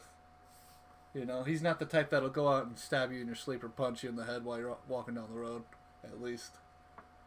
Well, that's good. That's good. But he might provide a little bit of support to somebody who might, right? Right. Yeah, that's the problem at the end of the day. Wait, Dubai police are training on flying bikes. That's amazing. I want to see the training videos for that. Bike. God damn. I do too. I remember Jet. Okay, I kind of want to get off the whole black pilling a little bit. Yeah. Now, but do you mind talking about video games for a little bit? Sure. I mean, did you ever play Jet Moto as a kid? I never did. No. It was a PlayStation 1 era game. See, I didn't have it. I was a GameCube guy. How? You're not. Brothers. Look, I have a GameCube. I bought it for $30. Well, I was an N64 guy, and then GameCube. I started with Sega, and went to PlayStation. We diverged. Like, we started on different paths, but now we're here. Yeah, no, see, I get that, because there was always kind of that world of gaming of like the Sony exclusive stuff that I was never super familiar with. And I had friends back in the day that really liked the Uncharted series, or like when The Last of Us came out, and everybody was playing, and I'm like, yeah, well, screw you, I guess. I got Halo. Now my thing is like, when I was a young man, like, I will say this, I was disconnected because of video games. I didn't care. I locked myself in my bedroom, and I still do that sometimes, and it's look, we all go. But now to deny that video games influence this is just dumb. Now I will say this: had they not touched my video games, I probably wouldn't be here where I am today. Gamers rise up, bottom text. Like, you say that ironically, but like a lot of people came through that pipeline. No, I look. I mean, I give people shit for that out of love. I do. I follow. Oh, yeah. Well, I was like big you can't seem to escape it. I will say this: the more you get into the YouTube drama shit, the more it's fucking Gamergate ever. Like Andy Worski and Sargon of Akkad and Mr. Medicare and Ethan Ralph are engaged in this just incredibly like Byzantine war against each other right now. It's like literally right now it's blowing up apparently. I'm weird shit, but I've been watching, but I'm glad I'm able to like watch that and not have to be the guy that's also talking about it. We have our own shit that we can get through. It's nice, yeah. I mean, part of it has kind of been let everybody else like fuck each other up and then be on straight and narrow with it. Problem is that on our side we've got a lot of gayer drama. Like they're doing weird dumb shit over personality. We've got guys doing that over politics and money over here. Yeah. And I've been lucky to kind of stay out of it, but like I've been learning a lot. I've been learning a lot about stuff behind the scenes. And not everything has been super happy, dory good. I will say that. But at the end of the day, like, if we want to, basically be the voice and the leader types in a sense, we have to put on that air of, we're gonna make it. Somebody's got to step into the room. I hate to say it. Somebody's got to step into the room and be the fucking adult at this point, because you've got a bunch of children, in cases literal children for some of these people. Because it's just like, dude, you're young. Like Nick Fuentes. I don't want to unnecessarily shit on Nick publicly, although I certainly have no respect for the guy, because of what he does, who he associated with, who he is really. Mm-hmm. But like, the guy is a literal virgin, and he's maybe 20 at this point. And it's like, look, I'm sure you can do a lot of good stuff. I know a lot of good young guys in the movement. Maybe don't like go out there and like be just trying to tell everybody how life is going to be, because it's like and frankly, I think that some of the stuff, the fights that he picks and stuff. He picks a fight, but he doesn't have like wisdom to back it up, and that's the thing about Fuentes. Well, and they say this really cringy shit about women. Like I don't want to be out there, optics criticizing or stuff, but I've seen his streams where he talks about. And he's certainly not the only guy over there that tries to talk about the man's relationship with woman. Right. And it's the most important thing in a young guy's life. But some of the stuff that people say is unironically fucking retarded. Like, I'm not saying to go out there and be a cuck, but holy shit, find a good girl and stick with her and fall in love. This whole like thoughts belong in cages and that's retarded. Like White Tree is kind of a funny joke, but only in the sense that you want to make your girlfriend cringe, not never have a girlfriend. Right. Don't take it so far as to where women reject you outright. Like, because at the end of the day, it's like, you guys will like make fun of me for this and call me a cuck, but like at the end of the day, we need women, and like because without women, we're like, we're half of what we are. Without women, you get a bunch of alt-right dudes sucking each other off, and then some Antifa takes pictures of it, and that's the end of the movement right there. Yay! Yeah, that's what. No, I'm just kidding, but. No Net November seems like a health issue, I will say. No, look, I mean, I don't know. Yeah, and by December 1st, I've been all over the place, right? But it's also like, when you interact with a guy, let's say you meet somebody and they're like, you're trying to figure out what they're about. I'm going to, as a guy, judge a guy better if he's got an attractive mate. If he's got somebody with him who seems like they've got their stuff put together, that's going to speak very highly.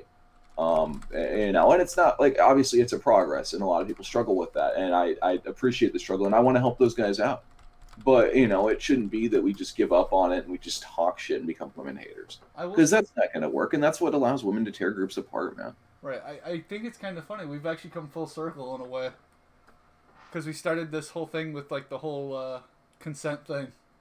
Oh yeah, no, respect women, not really, but like understand that there's and this is why it is good that we talk to the PUA types. And I think there's the same reason they came over here, is there is a confident, aggressive masculinity that is not like transgressive intentionally or stupid. Right. Women are kind of a good shit test for optics, right? If you can get away with convincing a woman of something or talking about it and not having her freak out for the most part, you've got it going on. And like I know.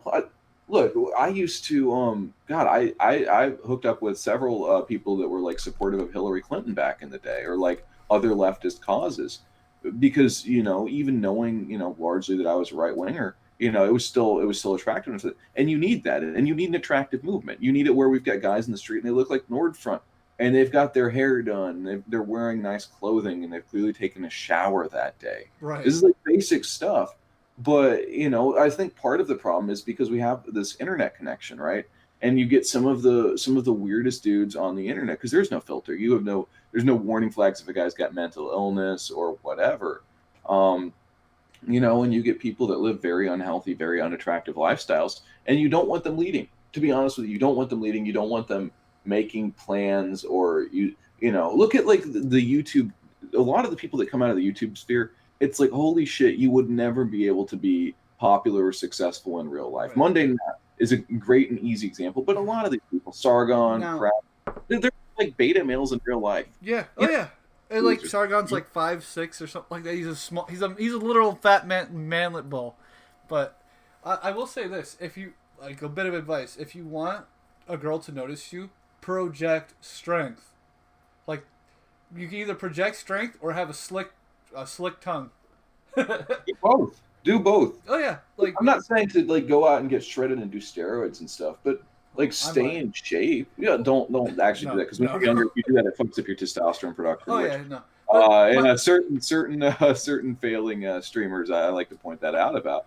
But no, I mean, look, like, like working out is a basic thing. It's like, can you commit to something? Can you have a little bit of concern for yourself? Because if not, how can I trust you in a broader sense with anything? right, but that's my point. Like you don't even like you said, you don't even have to be super ripped.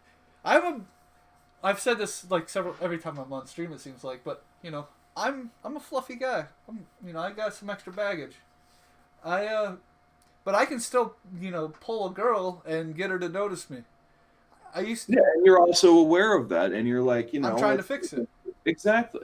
I don't have anything against somebody who's in a situation like that. It's the only thing I judge somebody on is what are they doing about their life right now, and people who just kind of let it spiral out of control because it's easier. And I get it that it's easier, but it's like, okay, you are not a serious person then, and you need help, and you need to get your shit in order before you can tell other people how to live their lives or talk shit. And so it just kind of becomes weird when I see, like, because there's been that Twitter fight recently between Fuentes and Spencer. And it's like, Spencer's a grown-ass man. Spencer was born in the 70s, and this kid's significantly younger than a lot of us.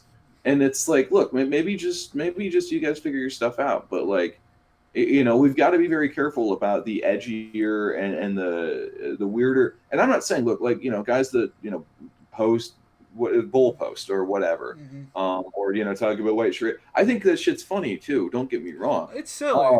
But you don't like make that the lead. You make that like the internal stuff for discussion, for laughs, and that kind of stuff. Right. And you don't try to sell that to people. No, you basically you joke about that with your buddies in the back room, in a sense. Sassy the Sasquatch in the chat. Ziz would be ashamed. You're right. But he wouldn't be that ashamed of me. But you know what else he would say? Hang on, no. You know what he would say? We're all gonna make it, bro. We're all gonna make it, bro. So. No, it's inspirational, man. I mean, despite the fact that he died of a massive cocaine overdose or something, I actually fucking destroyed his heart with steroids and cocaine. But hey, See, since I'm like not the cult of personality type or whatever, or like celeb seeking kind of person. Yeah, I'll get there. Don't worry. I don't know who he is. Oh, that's from. Oh, I guess because you're not a huge board person. No. So on the fitness board on 4chan, he was a meme for a long time.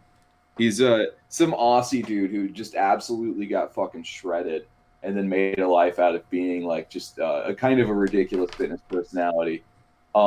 Just like aggressively, yeah, I do coke, yeah, I bang really hot girls, prostitutes, I don't give a fuck, yeah, I do steroids, But he would also say some stuff that was like, it was like dumb, but it was kind of deep at the same time. And I don't know, people take out of that what they want. We're a culture of weird heroes. Both online and just in America, generally speaking, right? We have some very weird mold-breaking heroes, and that's fine. And I think Ziz is kind of a modern version of that. Yeah, R.I.P. R.I.P. All right. Now, speaking of Australians, we're finally getting to the part that I've been wanting to get to. We're gonna play a little game, Joachim. Australia man or Florida man? Oh, this is beautiful. By the way, I'm glad you're running with this idea. I'm glad somebody picked this up. Because I grew up in Florida, and my co-host Nolan, who sadly couldn't make it with us today, I think he had a little bit too much fun last night. Yeah, no worries. No, I mean it's the weekend, pocket. Well, they have Remembrance Day, and he was celebrating last night with the boys. Yeah. Anyway, we're gonna play that game. And you're going to be my first contestant. I'm going to keep these articles hidden from even the chat so they can play along too. All right, because this is. I'll tell people the backstory on this. So, and I've got a little bit of a more private Discord that I kind of do some of the stuff for the show prep in, just so like not everybody's like, oh my god, he said whatever.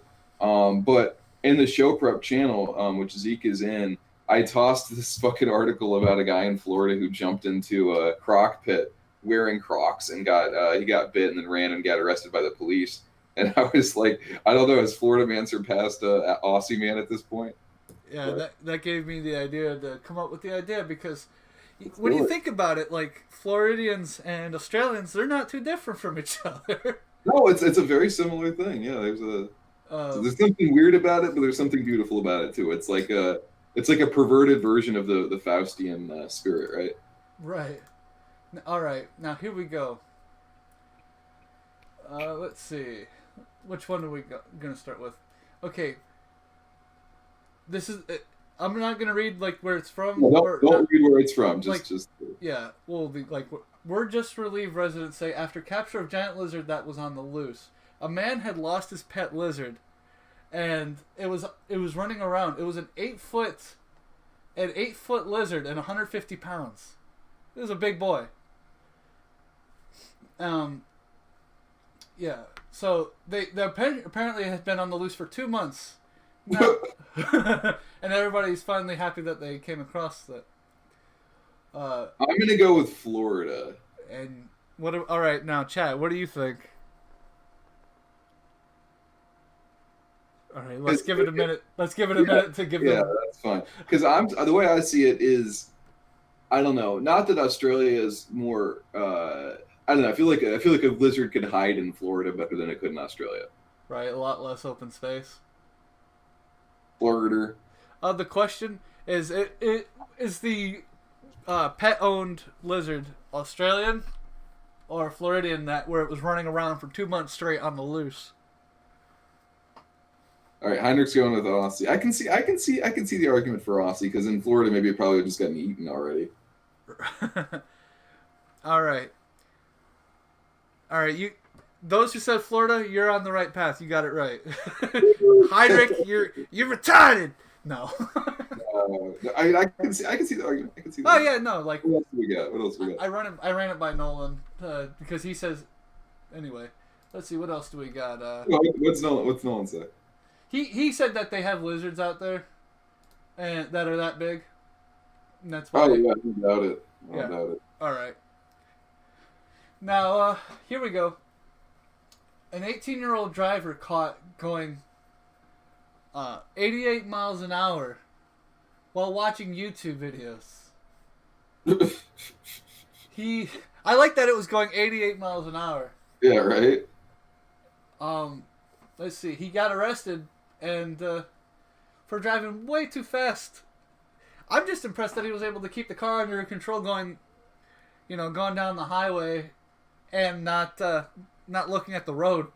I'm not gonna lie, I've definitely watched YouTube on the highway going, we'll say fast. I'm not gonna say that I haven't done that, but I put you guys like on my trip across country. I put you guys on, and then I put my phone down because I don't need to see what you're doing.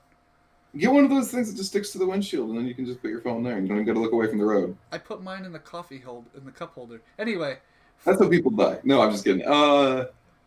Let's see. I'm gonna go with Australia on that. Yeah, it's an Aussie, man. I actually could kept out some information up because I don't know what a P plate driver is, or what was it? In the region of yeah, he's from Southern Wales. Fair play. Yeah, New South Wales. They used to do this on the old school morning radio shows, but it would be like guess the crime or guess the ethnicity of the person who committed this crime, and they would just read the police blotter. Those are really funny too. I usually went with the drug crimes came from Ohio. Let's see. The guy who is in the picture, I'll actually throw this up on screen now, real quick. The guy in the picture looks like he could be from fucking Jersey Shore. Oh god, the Guidos have taken over Australia too. Right? Let's see. Oh shit. And maybe that's what we need to advocate, just Guido nationalism. Look, the most important parts of National Socialism, Jim Tan laundry. All right? Jim Tan laundry. Can't do that. Let's see. Throw that up on screen real quick. Heinrich's just mad he's over too. But yeah, he was going, apparently he was, see now here's the worst part about this guy, is apparently he was going well over twice the speed limit, so he wasn't even, I actually was wrong. I said he was on the highway. He was apparently in a smaller area, which is fucked up. That guy gets pussy though. Oh, look at that car he pulled him. That guy pulled him. What the fuck is that? That looks like a fucking. What is it might be a Gallardo. Okay. That's a sweet looking car, whatever it is. He was driving a Mitsubishi Lancer. Okay. Beautiful fucking car, but Yeah, no, I would be speeding watching YouTube videos on that too. Oh, I just good. didn't know what he was watching, honestly. it just popped up a video on screen.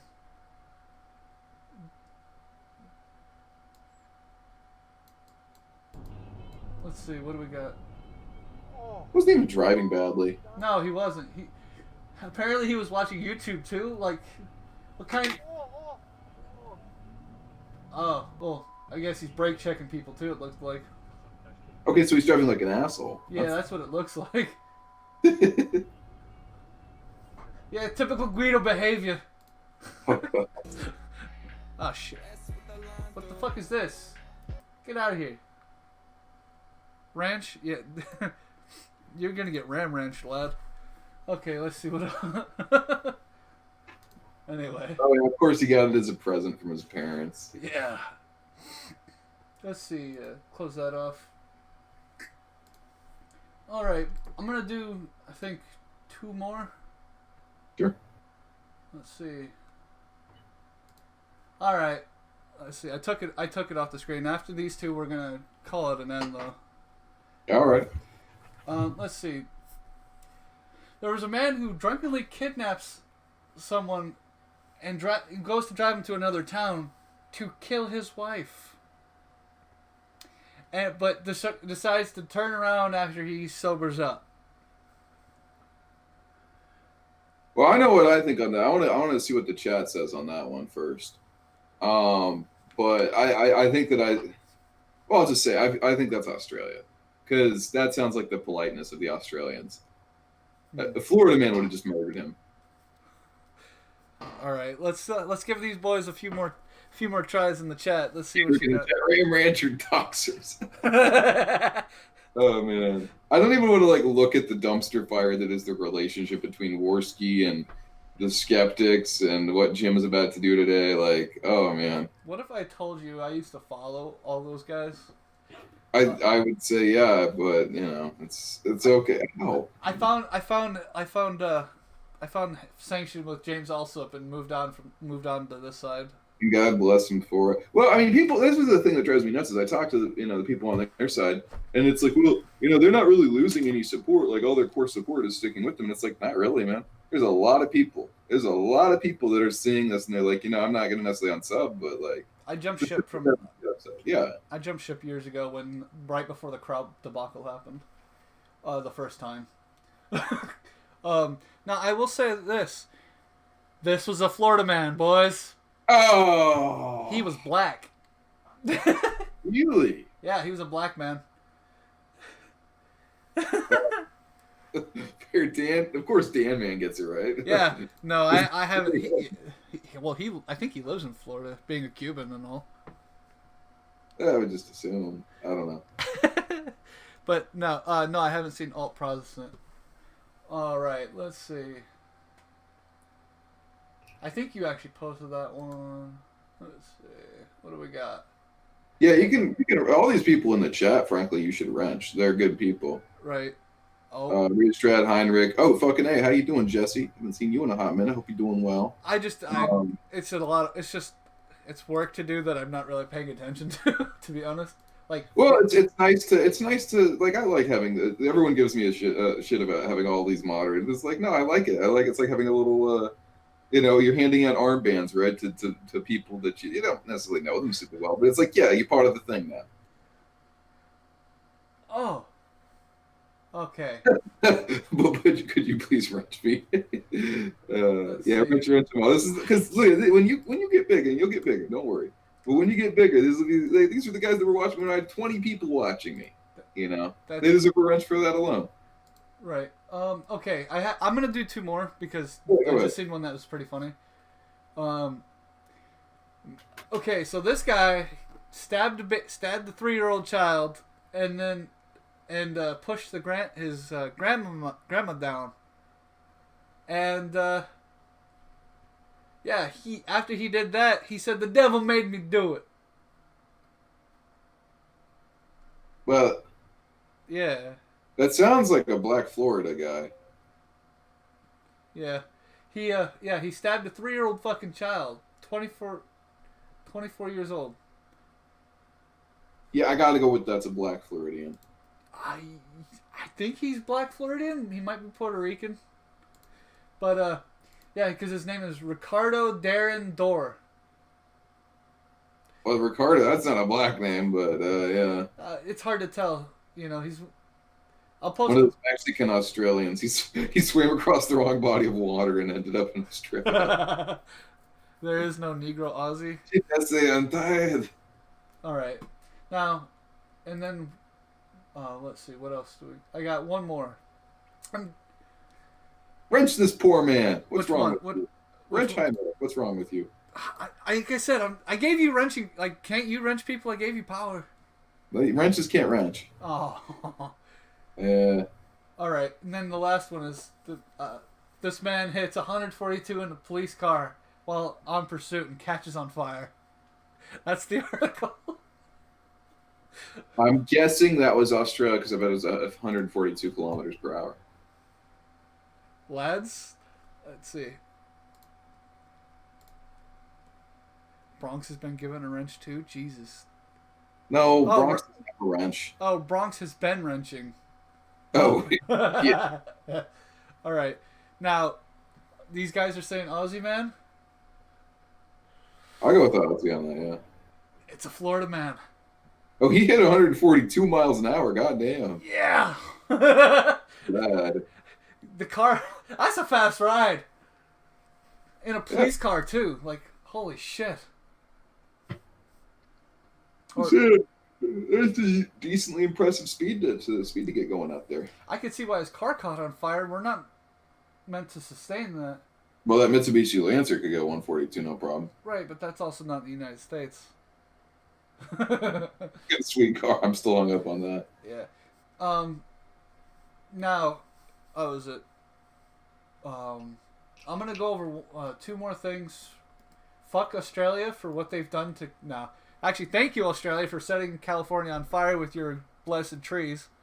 Yeah, that shit's pretty funny. And then, what was it? I'm gonna. Actually, I don't have anything else really.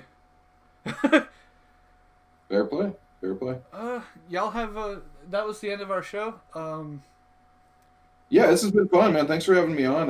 Real quick before we go, check out the heel turn. I'm sure you guys all are planning on doing that. We got a good week of shows coming up, and it's Remembrance Day, so or Veterans Day, or however you want to say it. So don't be gay about it, but go buy a poppy or something. If you get a relative or something, just give them a call.